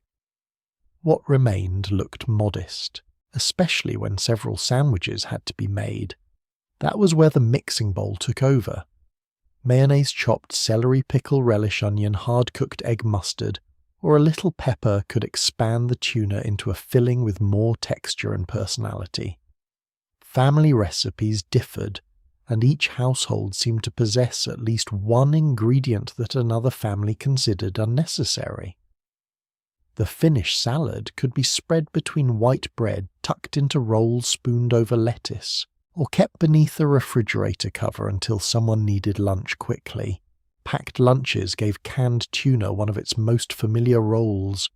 A sandwich wrapped in wax paper or placed inside a plastic bag joined fruit crackers, cookies, or a thermos inside a lunchbox. Tuna salad was inexpensive compared with many sliced meats and could be prepared from ingredients already in the kitchen. It also had a strong aroma that became more noticeable after several hours in a warm locker, desk, or automobile. Children learned that opening a tuna sandwich in a crowded cafeteria could attract attention before the first bite. Some loved it. Others traded it, avoided it, or brought the empty wrapping home as evidence of a lunch they claimed to have eaten. At home, tuna sandwiches appeared on Saturdays during school vacations, or whenever the refrigerator contained no convenient leftovers. Toasting the bread and adding a slice of cheese transformed the mixture into a tuna melt, giving an ordinary pantry lunch the sound and smell of something prepared to order. When supper needed more substance, the small can joined noodles, rice, potatoes, or bread. Tuna noodle casserole was the most recognizable solution, combining cooked egg noodles with condensed soup milk, peas, and tuna before the mixture entered a glass baking dish. Crushed potato chips, saltine crackers, breadcrumbs, cheese, or fried onions might cover the top. The casserole used only a little fish, but the noodles and sauce carried its flavor through the entire pan. It could feed several people, be assembled ahead of time, and return as leftovers the next day. The cook paid for that usefulness with a collection of dishes: the noodle pot, the colander, the mixing bowl, the spoon, the can opener, and the baking dish. Convenience had reduced the ingredient list more successfully than the washing up. Still, the casserole arrived at the table hot and complete with protein, starch, vegetables, and sauce gathered into one scoop. For many families, that was enough to make it a dependable weeknight meal. Tuna also appeared in colder dishes, especially during warm weather or on luncheon plates. It could be mixed with macaroni, celery, peas, chopped egg, pickles, and mayonnaise for a salad that waited in the refrigerator until serving time. A scoop might rest on lettuce beside canned peaches, tomato wedges, cottage cheese, or crackers. Large tomatoes could be hollowed and filled with tuna salad, creating a meal that looked formal enough for company, even though most of the ingredients had come from the pantry. Some cooks added tuna to gelatin-based salads, a reminder that the decade's definition of a suitable mould was remarkably broad. Others kept the preparation simple because the family preferred recognizable food that remained in its assigned place. At church gatherings, neighborhood meals, and family picnics, tuna salads offered portability, though mayonnaise-based dishes required careful chilling and sensible handling. The most successful serving dish was not the one with the fanciest garnish. It was the one that had remained properly cold. For some Christian families observing meatless Fridays or particular religious seasons, tuna provided a familiar alternative to beef, pork, or chicken. Practices varied by denomination, household, and generation, and fish was only one of many possibilities. A Friday supper might include tuna casserole, tuna sandwiches, macaroni and cheese fish sticks, eggs, or a regional meatless dish. Tuna's advantage was that it waited in the pantry without thawing, and could move quickly into a meal when the day's routine had left a little preparation time. The can also suited households far from a fish market, or those for whom fresh seafood was too expensive or unfamiliar. Different tuna products offered varying textures and prices from larger pieces to flaked forms useful for mixing. Shoppers compared brands, sizes, and sale prices, but once the fish entered mayonnaise or condensed soup, the differences could become less important than the family's preferred seasoning. The can's modest size encouraged thrift. Leftover tuna salad might return the next day on toast crackers, celery sticks, or another sandwich. A spoonful could be mixed with more egg or chopped vegetables to make the filling stretch farther. If 2 cans were available, supper could become a larger casserole or a platter of sandwiches for unexpected visitors. The pantry allowed that flexibility because tuna did not need refrigerator space until opened. It remained ready for snow days, delayed grocery trips, hurried lunches, and the final evening before payday. Yet canned tuna was not equally common or equally welcome in every home. Coastal families, fishing communities, immigrant households, and regional traditions offered many other ways of preparing fish. Some people disliked canned tuna's smell or texture and avoided it completely. Its place in the 1970s pantry came not from universality, but from convenience, shelf life, and the ability to combine with inexpensive ingredients. The strongest memory may be the sound of the lid bending back the fork, breaking the packed fish into flakes, or the smell that announced lunch before anyone entered the kitchen. Tuna could look insignificant inside the opened can, but mayonnaise noodles, rice crackers, and careful seasoning allowed it to cross from one meal into another. It became a school sandwich, a Saturday lunch, a luncheon salad, a Friday supper, or a casserole large enough for the family table. The can represented the pantry at its most practical, compact, dependable, and willing to accept almost any supporting ingredient. But children did not always want a bowl of tuna salad waiting after school. On the shelf nearby stood a jar with a sweeter smell, a smoother texture, and far fewer complaints. Beside it were the crisp, square crackers that could turn one spoonful into a snack peanut butter and saltines. The peanut butter jar usually stood at a child's eye level, close enough to inspire hope, and just far enough back on the shelf to require reaching past crackers cereal, or a half-empty box of cookies. Its lid carried a faint, oily shine, and the rim often held a dried ridge where the knife had been wiped with more optimism than accuracy. In some 1970s households, the peanut butter was smooth and uniform from the first spoonful to the last. In others, especially with less processed varieties, the oil separated at the top and had to be stirred back into the dense paste below, a task capable of coating the knife, the jar, the counter, and at least one sleeve. Peanut butter earned its pantry space because it was filling, shelf-stable, familiar, and ready without cooking. It could become breakfast on toast lunch between 2 slices of bread, or an after-school snack spread across saltines. When children said there was nothing to eat, the jar often stood as quiet evidence that the statement was not entirely accurate. The school lunch sandwich was peanut butter's most dependable assignment. White bread was common, though families used wheat-rye homemade bread rolls, or whatever happened to be available. Jelly jam, preserves, honey sliced banana, or marshmallow spread could join the peanut butter, creating combinations that range from sensible to wonderfully sticky. The sandwich was wrapped in wax paper foil or a plastic bag and placed beside an apple cookies chips or a thermos inside the lunchbox. By noon, the bread might have absorbed enough jelly to become soft at the edges, while the peanut butter remained firmly attached to the roof of the mouth. A carton of milk helped.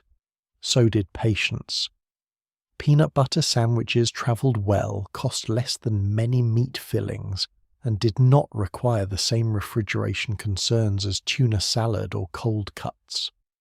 They also remained recognizable after several hours inside a metal lunchbox, which was more than could be said for every sandwich packed before sunrise. After school, peanut butter shifted from practical lunch filling to emergency household peacekeeper. A child came through the door, hungry, dropped books on the table and opened the pantry before removing a coat. One spoonful spread over bread, toast, apple slices, celery, graham crackers or saltines could delay the question of dinner for another hour. Some children ate peanut butter directly from the spoon, leaving behind a groove in the jar that suggested either great hunger or very poor evidence management. Others made cracker sandwiches, pressing 2 saltines together until the filling reached the edges. The first bite usually sent crumbs downward in every direction. Saltines were thin, dry and fragile, yet they carried peanut butter well enough to become a dependable snack. A sleeve could be opened, folded closed and returned to the box, although the crackers near the torn wax paper often lost their crispness before anyone admitted responsibility. Saltines had a broader life than children's snacks. They arrived beside bowls of tomato soup, chicken soup, chili or vegetable soup ready to be crumbled into the broth 1 square at a time. Some people dipped them carefully. Others crushed several crackers at once, creating a floating layer that absorbed the liquid and thickened the bowl. They were served with cheese tuna salad, peanut butter pimento spread, or slices of luncheon meat. In households where bread had run out, crackers could stand in temporarily without requiring a special trip to the store. Their mild flavour made them useful when someone wanted something plain, though families often described them as comforting, without making any medical claim about what they could cure. A child home from school might receive crackers with tea, ginger ale or soup because that was what the household had always done. The ritual mattered as much as the food, a tray, a folded napkin, and the quiet permission to eat somewhere other than the dinner table. The cracker sleeve also had a second life inside recipes.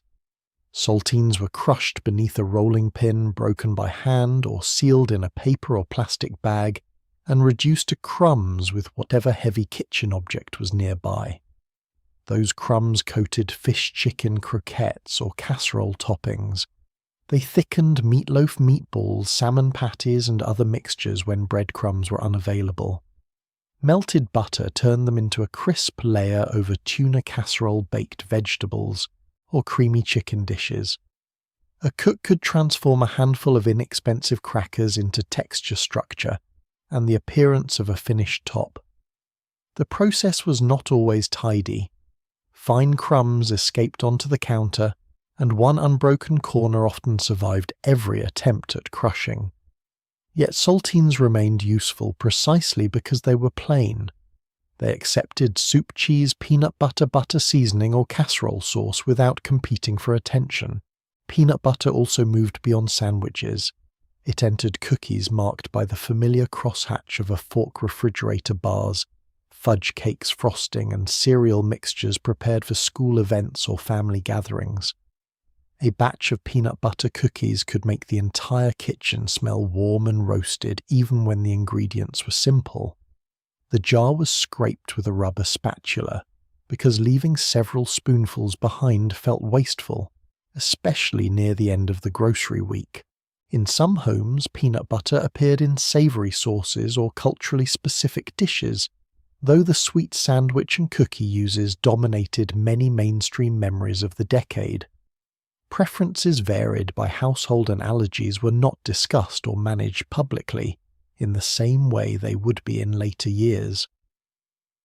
The product's place in home life came from convenience and familiarity, but individual experiences differed greatly.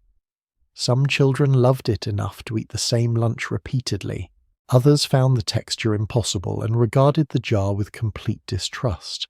Together, peanut butter and saltines formed one of the pantry's simplest meal systems. They required no stove, no can opener, and no adult willing to begin a full recipe. A child old enough to handle a table knife could make a snack independently, though the amount of peanut butter used often increased when no parent was watching. For families balancing work-school schedules, grocery costs, and several appetites arriving at different times, that independence mattered. The food was not elegant, but it was dependable. It could fill the gap before dinner supply lunch when the refrigerator was nearly empty, or offer comfort on a quiet afternoon. The memory remains in the sticky knife, the cracker crumbs the wax paper sleeve, and the jar scraped nearly clean. Farther back on the pantry shelf waited 2 dairy products for a different kind of emergency. A small can of evaporated milk and a box of powdered milk, both ready for the day when the fresh carton held less than the recipe required. The evaporated milk can usually stood behind the fresh milk rather than replacing it. It was smaller than a soup can, heavier than expected, and dependable enough to remain on the pantry shelf until a recipe or a nearly empty refrigerator called it forward. Inside was ordinary cow's milk that had been heated so that much of its water was removed, giving it a richer colour, thicker body and slightly cooked flavour. It was not the same as sweetened condensed milk, although the similar cayens caused enough confusion to ruin more than one recipe. Evaporated milk was unsweetened and intended for cooking, baking coffee or dilution. Sweetened condensed milk was thick with sugar and belonged to an entirely different dessert conversation. A 1970s cook often recognized the correct can by habit, label, color, or shelf position.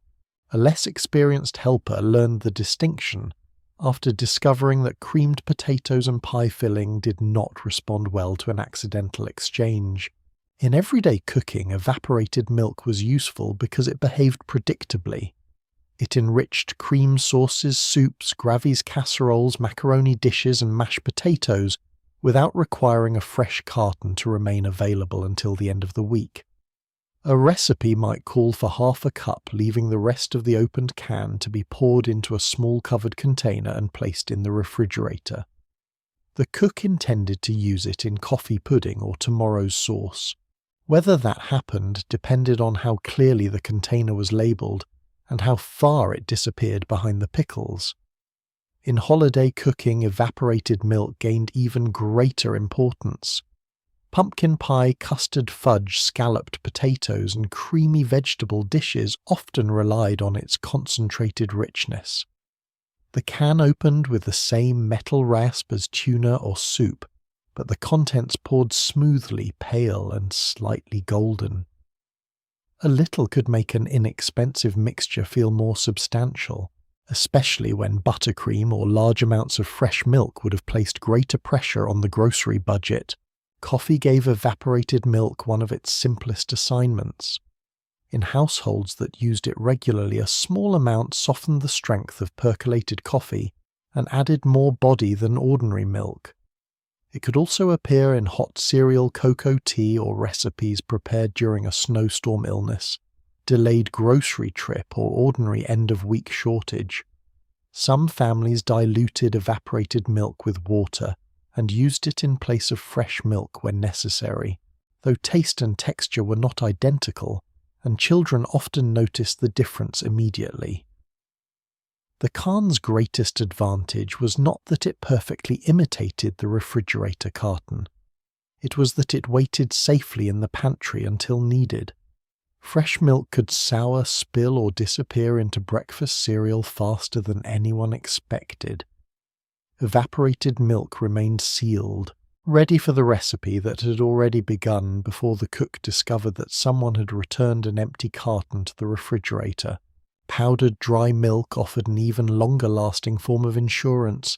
It arrived in a box envelope or larger package and consisted of milk with nearly all its water removed. Mixed with measured water, the powder became a drinkable substitute, though families differed widely in how they felt about the flavour. Some children accepted it without complaint, especially when served cold. Others could identify it after one sip with the confidence of professional inspectors. Parents sometimes mixed reconstituted dry milk with fresh milk. To stretch the carton, used it for cooking where the flavour was less noticeable, or kept it strictly for emergencies. The powder clung to the scoop, floated briefly on the water, and required vigorous stirring before the last small lump surrendered. Preparing it in advance and chilling it often improved the result. A warm pitcher mixed 5 minutes before breakfast was unlikely to win anyone's loyalty. In baking, however, powdered milk became almost invisible.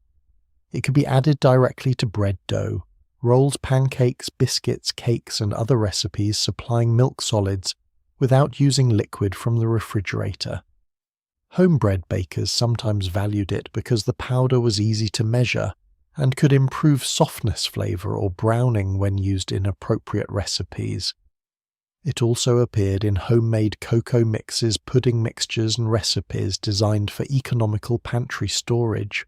Large families, rural households, campers, emergency planners, and people living far from frequent grocery service could find it especially practical, although use varied greatly. Dry milk was also associated with institutional kitchens, school food service, military supplies, and government food programs. But those experiences should not be blended into one universal story. Some families bought it by choice, others received it through assistance programs or encountered it in schools. For some, it meant preparedness.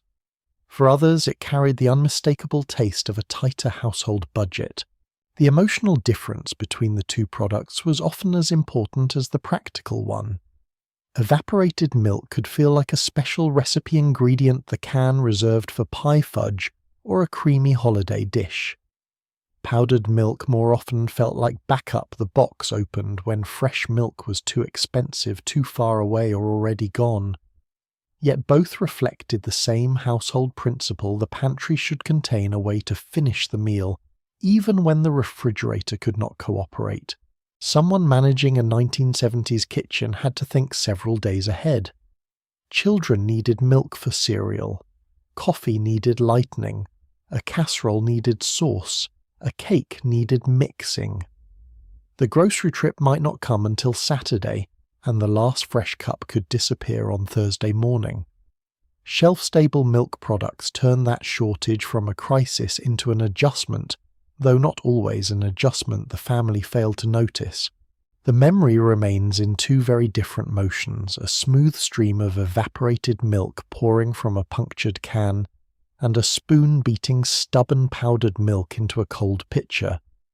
Neither product occupied much visual space, but both protected the household from an empty carton and an unfinished recipe. They also revealed how 1970s pantry cooking balanced economy with expectation. Dinner still needed to look complete. Dessert still needed to set. Coffee still needed to taste familiar. The cook used whatever form of milk remained available and carried on. Once the sauce was creamy and the pitcher was chilling, the pantry could solve another shortage with even smaller packages. Foil-wrapped bouillon cubes promised broth without a stock pot, while instant potato flakes promised a side dish without peeling a single potato. The bouillon cubes were among the smallest objects in the pantry, each one wrapped in foil and packed tightly into a little box that seemed far too light to influence an entire pot of supper. Yet once the wrapper was peeled back and the cube dropped into hot water, it began dissolving into a salty, savoury broth that smelled as though something more substantial had been simmering nearby. Chicken, beef, and vegetable varieties appeared in different kitchens, although families often kept only the flavour they used most. The cube could strengthen soup-seasoned rice, deepen gravy, or rescue a casserole whose ingredients had arrived with very little personality. It was not the same as homemade stock, and most cooks understood that. Homemade broth required bones, vegetables, watertime, storage space, and the foresight to begin long before the recipe needed it. Bouillon required a cup, a saucepan, and enough patience for the foil to separate cleanly without leaving a bright fragment stuck to the cube. Soup was the most obvious use. A cube dissolved into water gave noodles, rice, vegetables, or leftover chicken a quick beginning when no broth waited in the refrigerator. A home cook could add onions, celery, carrots, canned tomatoes, or mixed vegetables, and produce something warm from ingredients that had seemed unrelated 10 minutes earlier. Bouillon also entered bean pots, where it added seasoning when no ham bone or meat drippings were available. Rice cooked in broth carried more flavour than rice cooked in plain water, and a cube offered that effect without opening a can or thawing anything. The cook still had to judge the strength. One cube might be enough for a small saucepan, while several could make a larger pot taste less like homemade soup and more like the seasoning department had taken control. Additional salt required caution. The smartest move was usually to taste first, a household rule that prevented many meals from becoming demonstrations of thirst. Gravy gave bouillon a more ambitious role.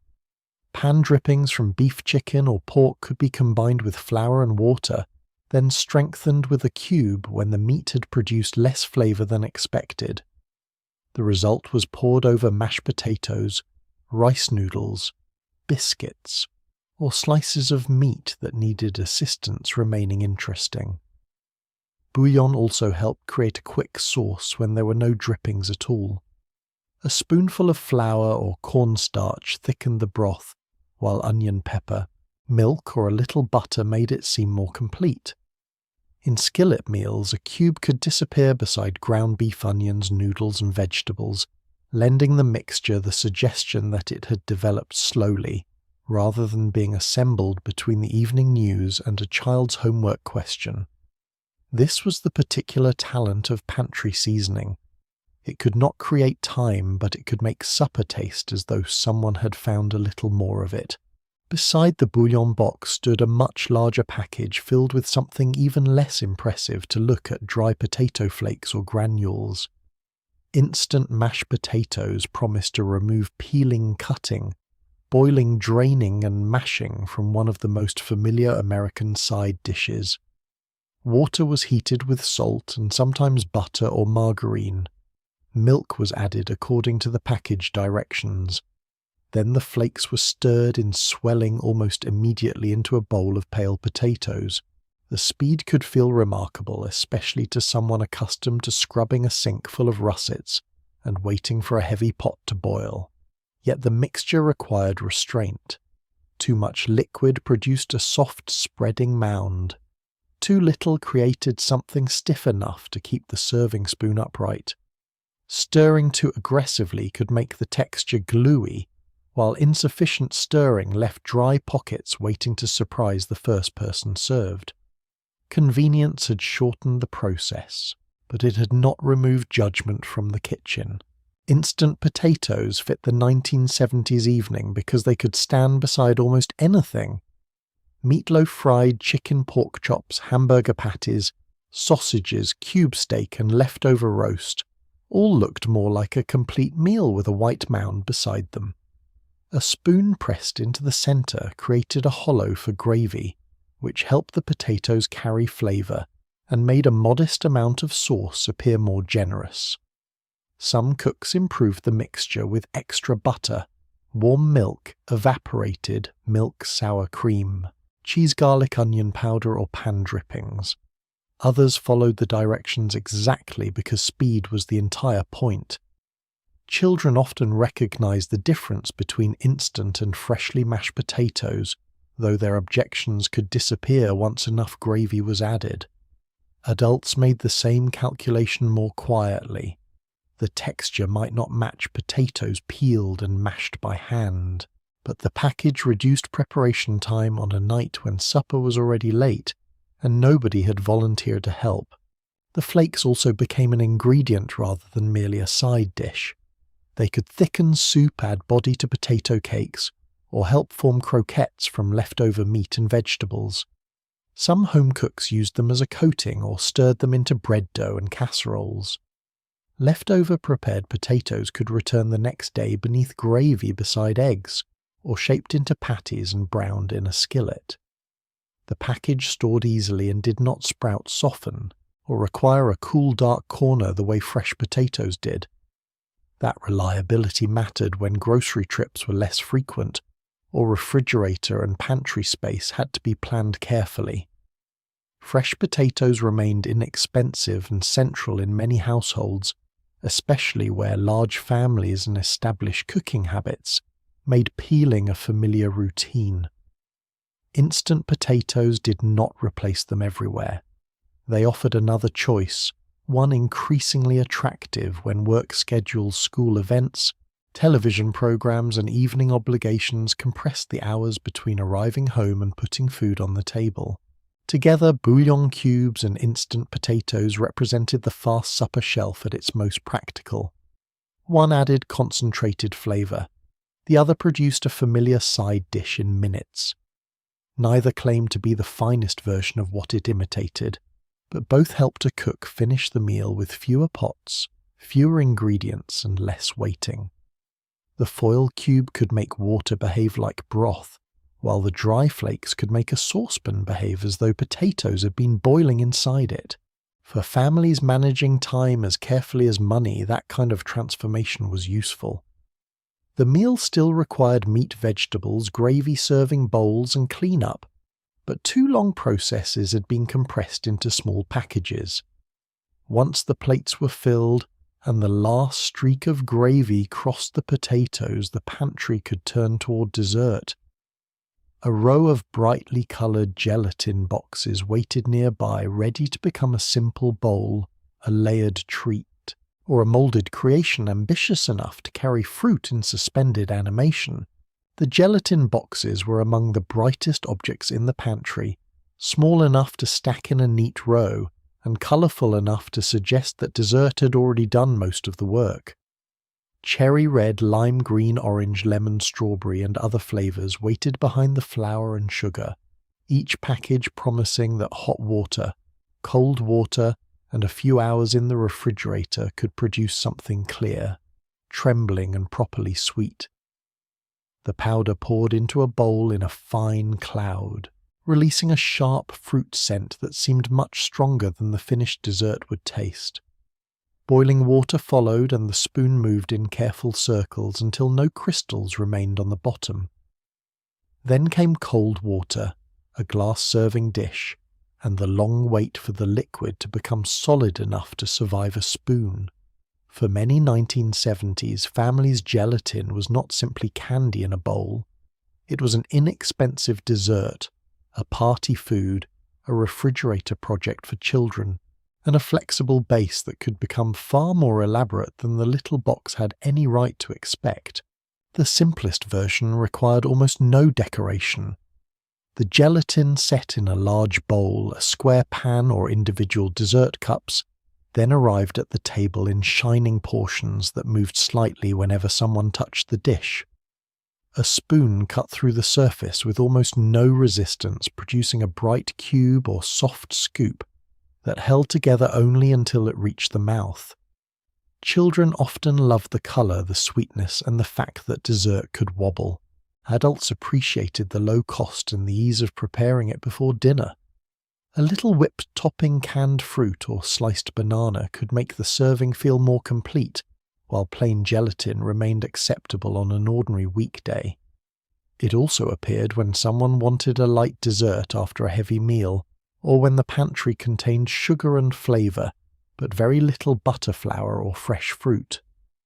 The refrigerator did most of the visible work. The cook's main responsibility was remembering to prepare it early enough. A bowl mixed after supper would become tomorrow's dessert no matter how many times a child opened the refrigerator to check. Adding fruit made the process more ambitious.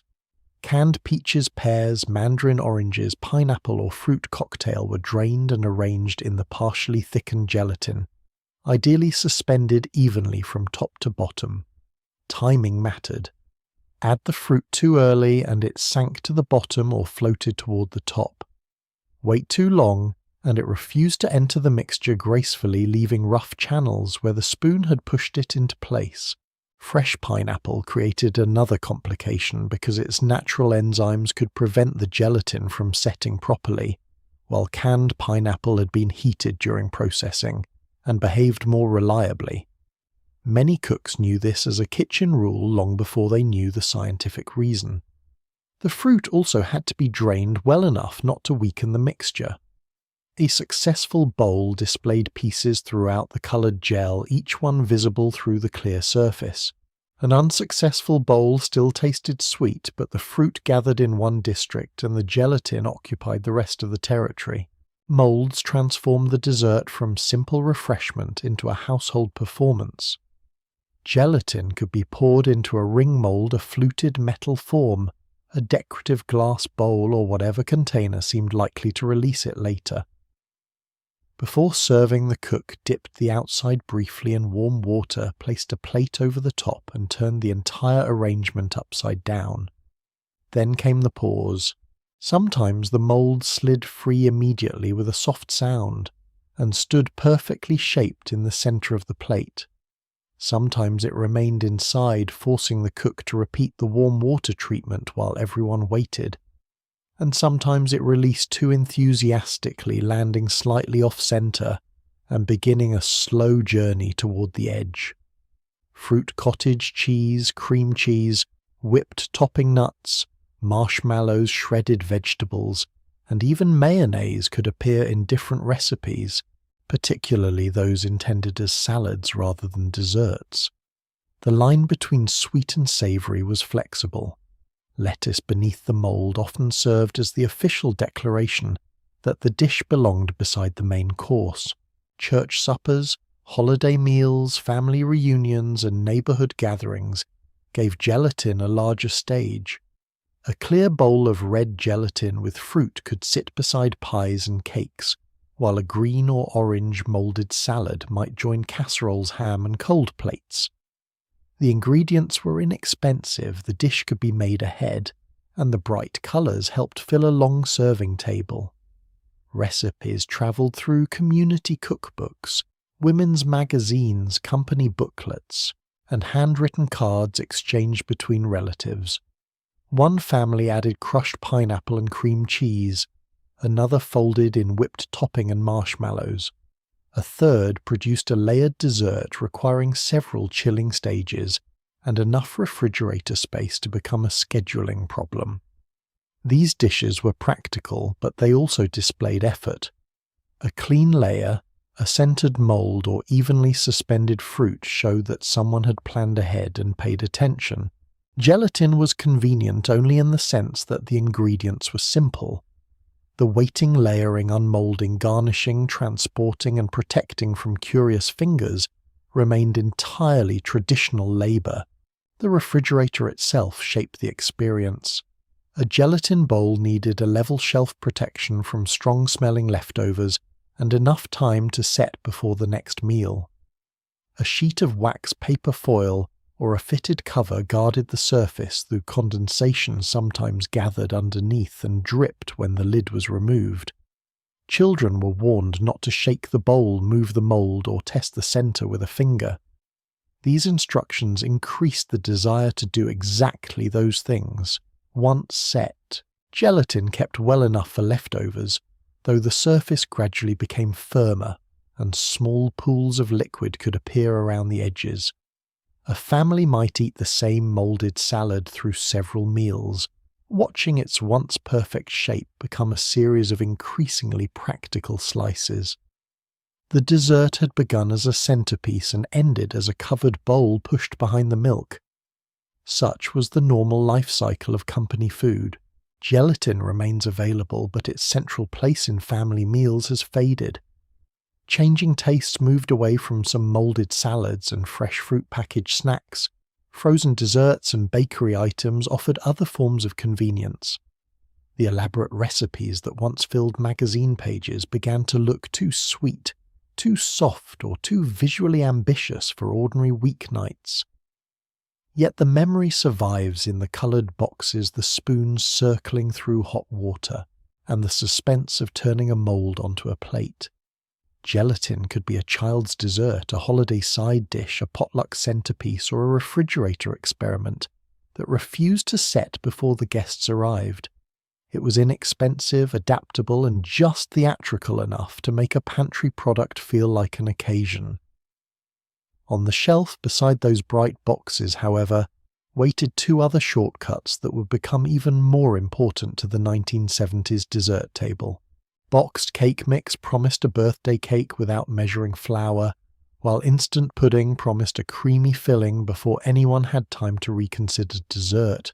The cake mix box occupied more pantry space than the gelatin packages, and its front usually displayed a finished cake far smoother and taller than the one most home kitchens eventually produced.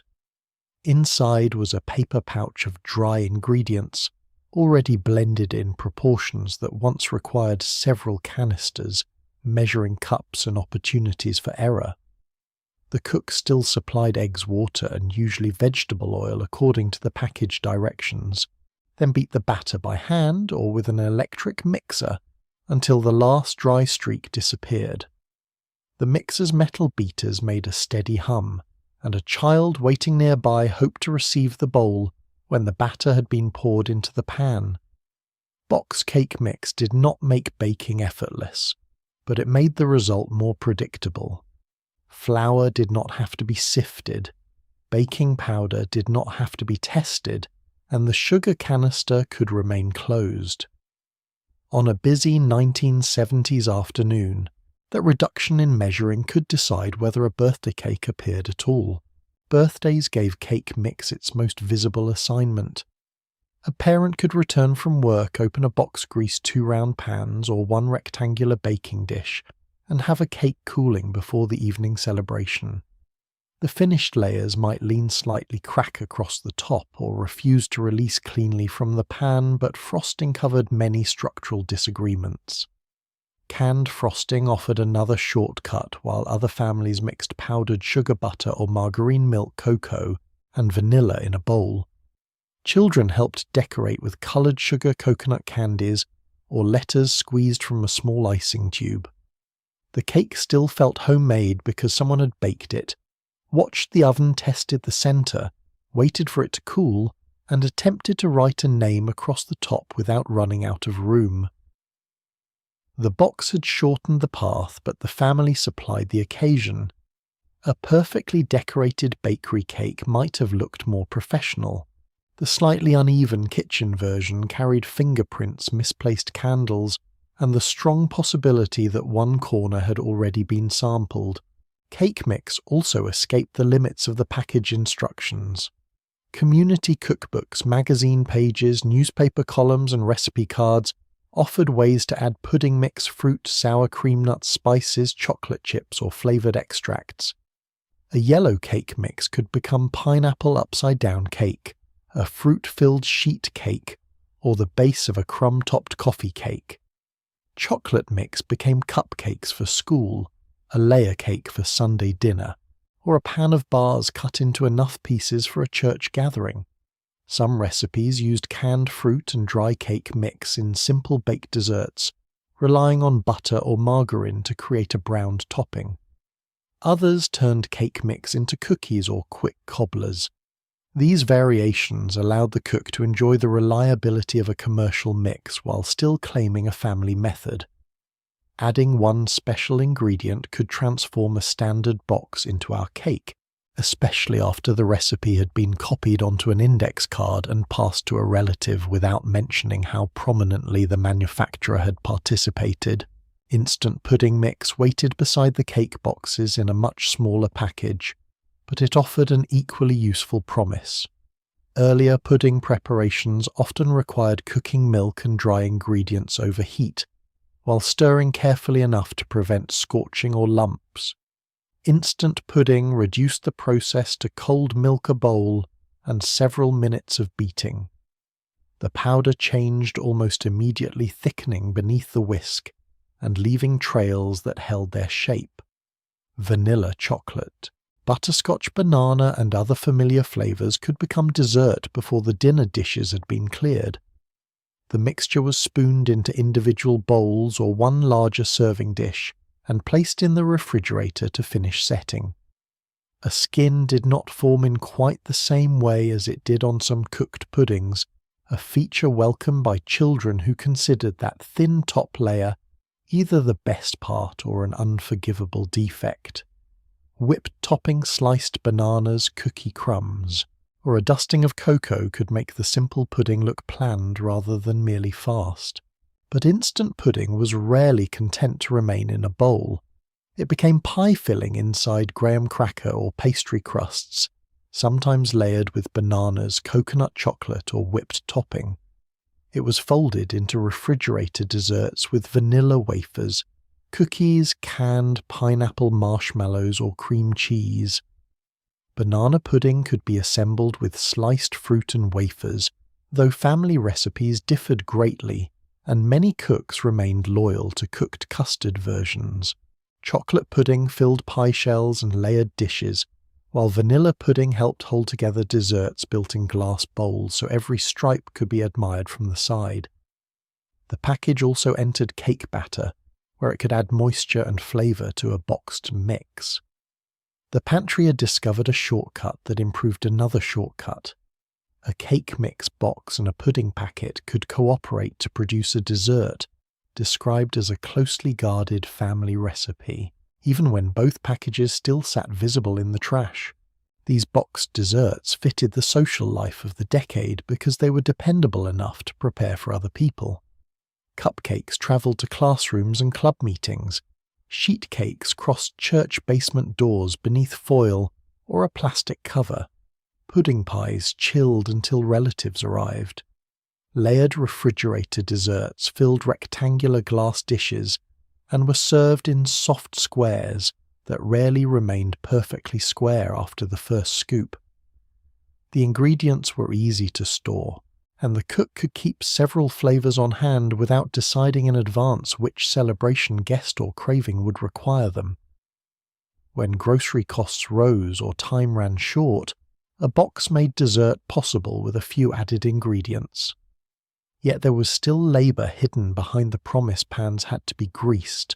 Mixers washed, layers cooled, frosting, spread bananas, sliced crusts filled, and refrigerator space negotiated. Convenience reduced uncertainty. It did not prevent a warm cake from melting its frosting into a slow landslide. The boxed dessert shelf changed what it meant to bake from scratch without entirely replacing scratch baking. Some households used mixes only for emergencies. Others preferred them because the results were consistent and children could help with fewer mistakes. Experienced bakers continued measuring flour and sugar for prize cakes while using instant pudding for a weekday pie or cake mix for a crowded birthday schedule. The Pantry allowed all of those habits to exist together. A handwritten recipe could sit beside a printed package, and both could lead to a dessert remembered decades later. What endured was less the distinction between homemade and boxed than the scene around the finished dish candles reflected in frosting pudding bowls cooling in the refrigerator and someone scraping the mixing bowl before it reached the sink. Once the cake had been sliced and the pudding dish covered, another brightly packaged pantry product waited for the hour when children came home thirsty. A paper envelope or jar of powdered drink mix could turn tap water and sugar into an entire plastic pitcher of afternoon colour. The powdered drink packet was light enough to hide behind a cereal box, yet once opened it could colour an entire plastic pitcher. The paper envelope tore across the top, releasing a fine cloud of fruit-scented powder in shades that seemed brighter than anything growing naturally in the produce section. Some mixes contained sweetener, while others required the cook to add sugar by the cup, followed by cold tap water and a long session with a wooden spoon. The crystal swirled through the pitcher, gathered briefly at the bottom, and then disappeared into red, orange, purple, green, or yellow liquid. Ice cubes cracked from a metal or plastic tray made the drink cold enough for children arriving home from school. In many 1970s, households' powdered drink mix was not a rare treat, but it was not always available without permission either. A full pitcher represented several servings, a measurable amount of sugar, and the possibility that someone would pour the final glass without leaving enough for anyone else. After-school thirst gave the mix its most familiar setting. The front door opened, books landed on the kitchen table, and children headed toward the refrigerator before reporting anything about the school day. Inside waited a covered pitcher, often translucent plastic with a lid that had to be held in place while pouring. The drink might accompany peanut butter crackers, cookies, toast, fruit, or whatever snack the pantry allowed. Its sweetness made tap water feel festive, and its strong colour left a faint line around the inside of the cup. A child who poured too quickly could miss the glass entirely, creating a bright puddle that reached the counter edge before the dishcloth arrived. The sticky residue announced itself later beneath Elbow's homework papers and anything else placed on the table.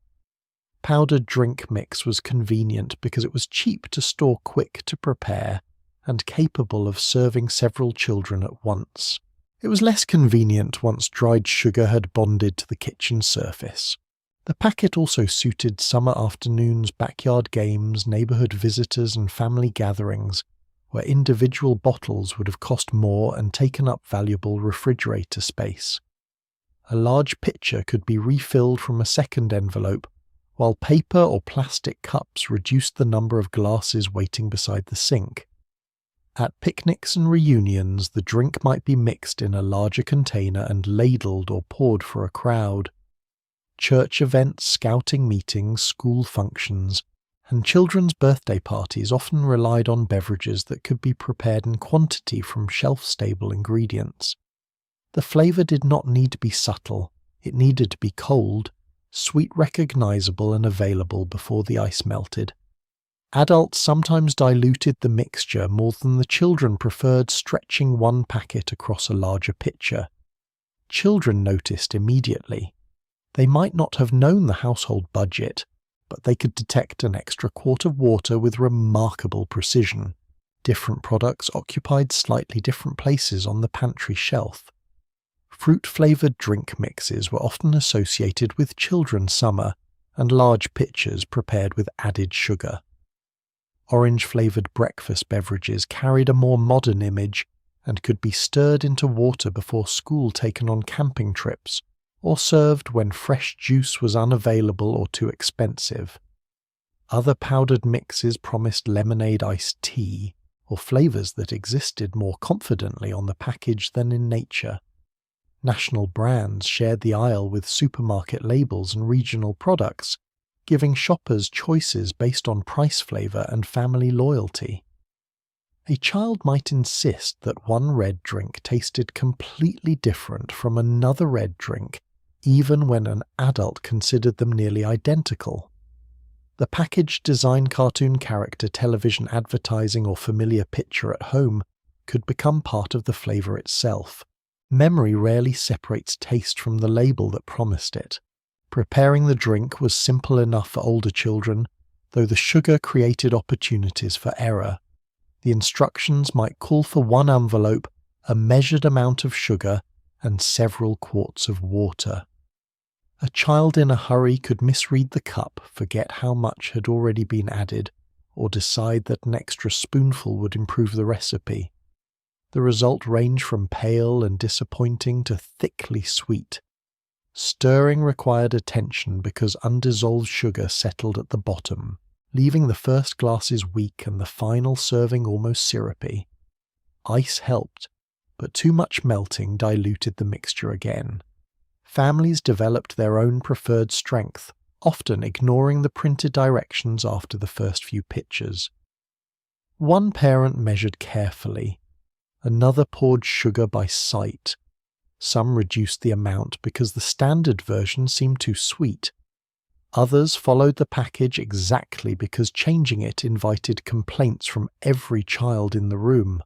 Powdered drink mix also revealed the changing beverage habits of the decade. Milk, coffee, tea, tap water, canned juice, frozen concentrate, soft drinks, and powdered products all competed for refrigerator and pantry space. Bottled and canned sodas were popular, but buying enough for a large family could be expensive, and children were not always allowed unlimited access. A pitcher made from powder offered a middle ground between plain water and individually packaged drinks. It could be stored dry for months, mixed only when needed and adjusted to the household's budget. Yet the convenience depended on invisible work. Someone bought the packets, kept sugar in the canister, filled ice trays, washed the pitcher, wiped the sticky table, and remembered to make another batch before a group of children came through the door. As with so many pantry shortcuts, the package removed some effort, while leaving the surrounding routine fully intact. The memory of powdered drink mix lives in its colour as much as its flavour. It is the red stain on a child's upper lip, the wooden spoon standing inside the pitcher, the dry packet flattened on the counter, and the line of ice cubes floating near the lid. It belongs to hot afternoons, school day snacks, birthday tables, and the refrigerator door opening once more, because someone was certain a final glass remained. These mixes never truly vanished, but their central place weakened as bottled beverages, juice boxes, sports drinks, and ready-to-serve products offered new kinds of convenience. What the old packet provided was simpler. A small envelope that became enough drink for several people, provided the household supplied the water, sugar, ice pitcher and clean-up. By evening, the brightly coloured cups were gone, and the kitchen returned to adult routines. On the pantry's upper shelf waited the final staple, a large container of ground coffee ready to begin tomorrow before the children were awake, and before the grocery list had been checked one more time. The coffee container waited on the upper pantry shelf or beside the percolator large enough to look permanent, even though the grounds inside disappeared one measured scoop at a time. Depending on the household and the year, coffee might come in a metal tin, a cardboard canister, a vacuum-packed package, or another familiar supermarket container. When the lid lifted, the dark grounds released a dry roasted smell before the first pot had even begun. Early in the morning, water entered the percolator, the basket received its careful spoonfuls, and the machine started its low bubbling rhythm, while the rest of the kitchen remained dim. Coffee did not feed the children or stretch the meat, but in many 1970s homes it started the person responsible for doing both. It accompanied the newspaper, the packing of lunches, the search for clean socks, and the first inspection of a pantry that always seemed well supplied until someone began planning supper. The amount placed in the pot followed family preference rather than one national rule. Some households wanted coffee dark and strong enough to remain noticeable beneath milk and sugar. Others made a milder pot that could stay warm through breakfast and perhaps into the late morning. Electric percolators remained common in many kitchens, while automatic drip coffee makers became increasingly visible during the decade. Stovetop pots continued in other homes, and instant coffee offered the fastest cup when no full pot was needed. The grounds themselves might be chosen by brand loyalty, sale price, regional taste, or the container a parent had purchased for years. A grocery advertisement could encourage switching, but familiar morning flavour was not always an area where adults welcomed experimentation. Children often disliked the bitterness, and could not understand why anyone drank it voluntarily. Years later, many remembered the smell more warmly than the taste, because that aroma meant someone was already awake and the household had begun moving. Coffee also belonged to the social kitchen. A visitor entering through the back door might be offered a cup before the reason for the visit had been fully explained. Neighbours, relatives, delivery workers, repairmen and friends sat at the table, while a fresh pot brewed, or the remaining coffee was reheated. Cream milk, evaporated, milk, powdered creamer and sugar allowed each person to adjust the cup according to preference. A plate of cookies, leftover cake, or saltines might appear beside it if the pantry could support hospitality.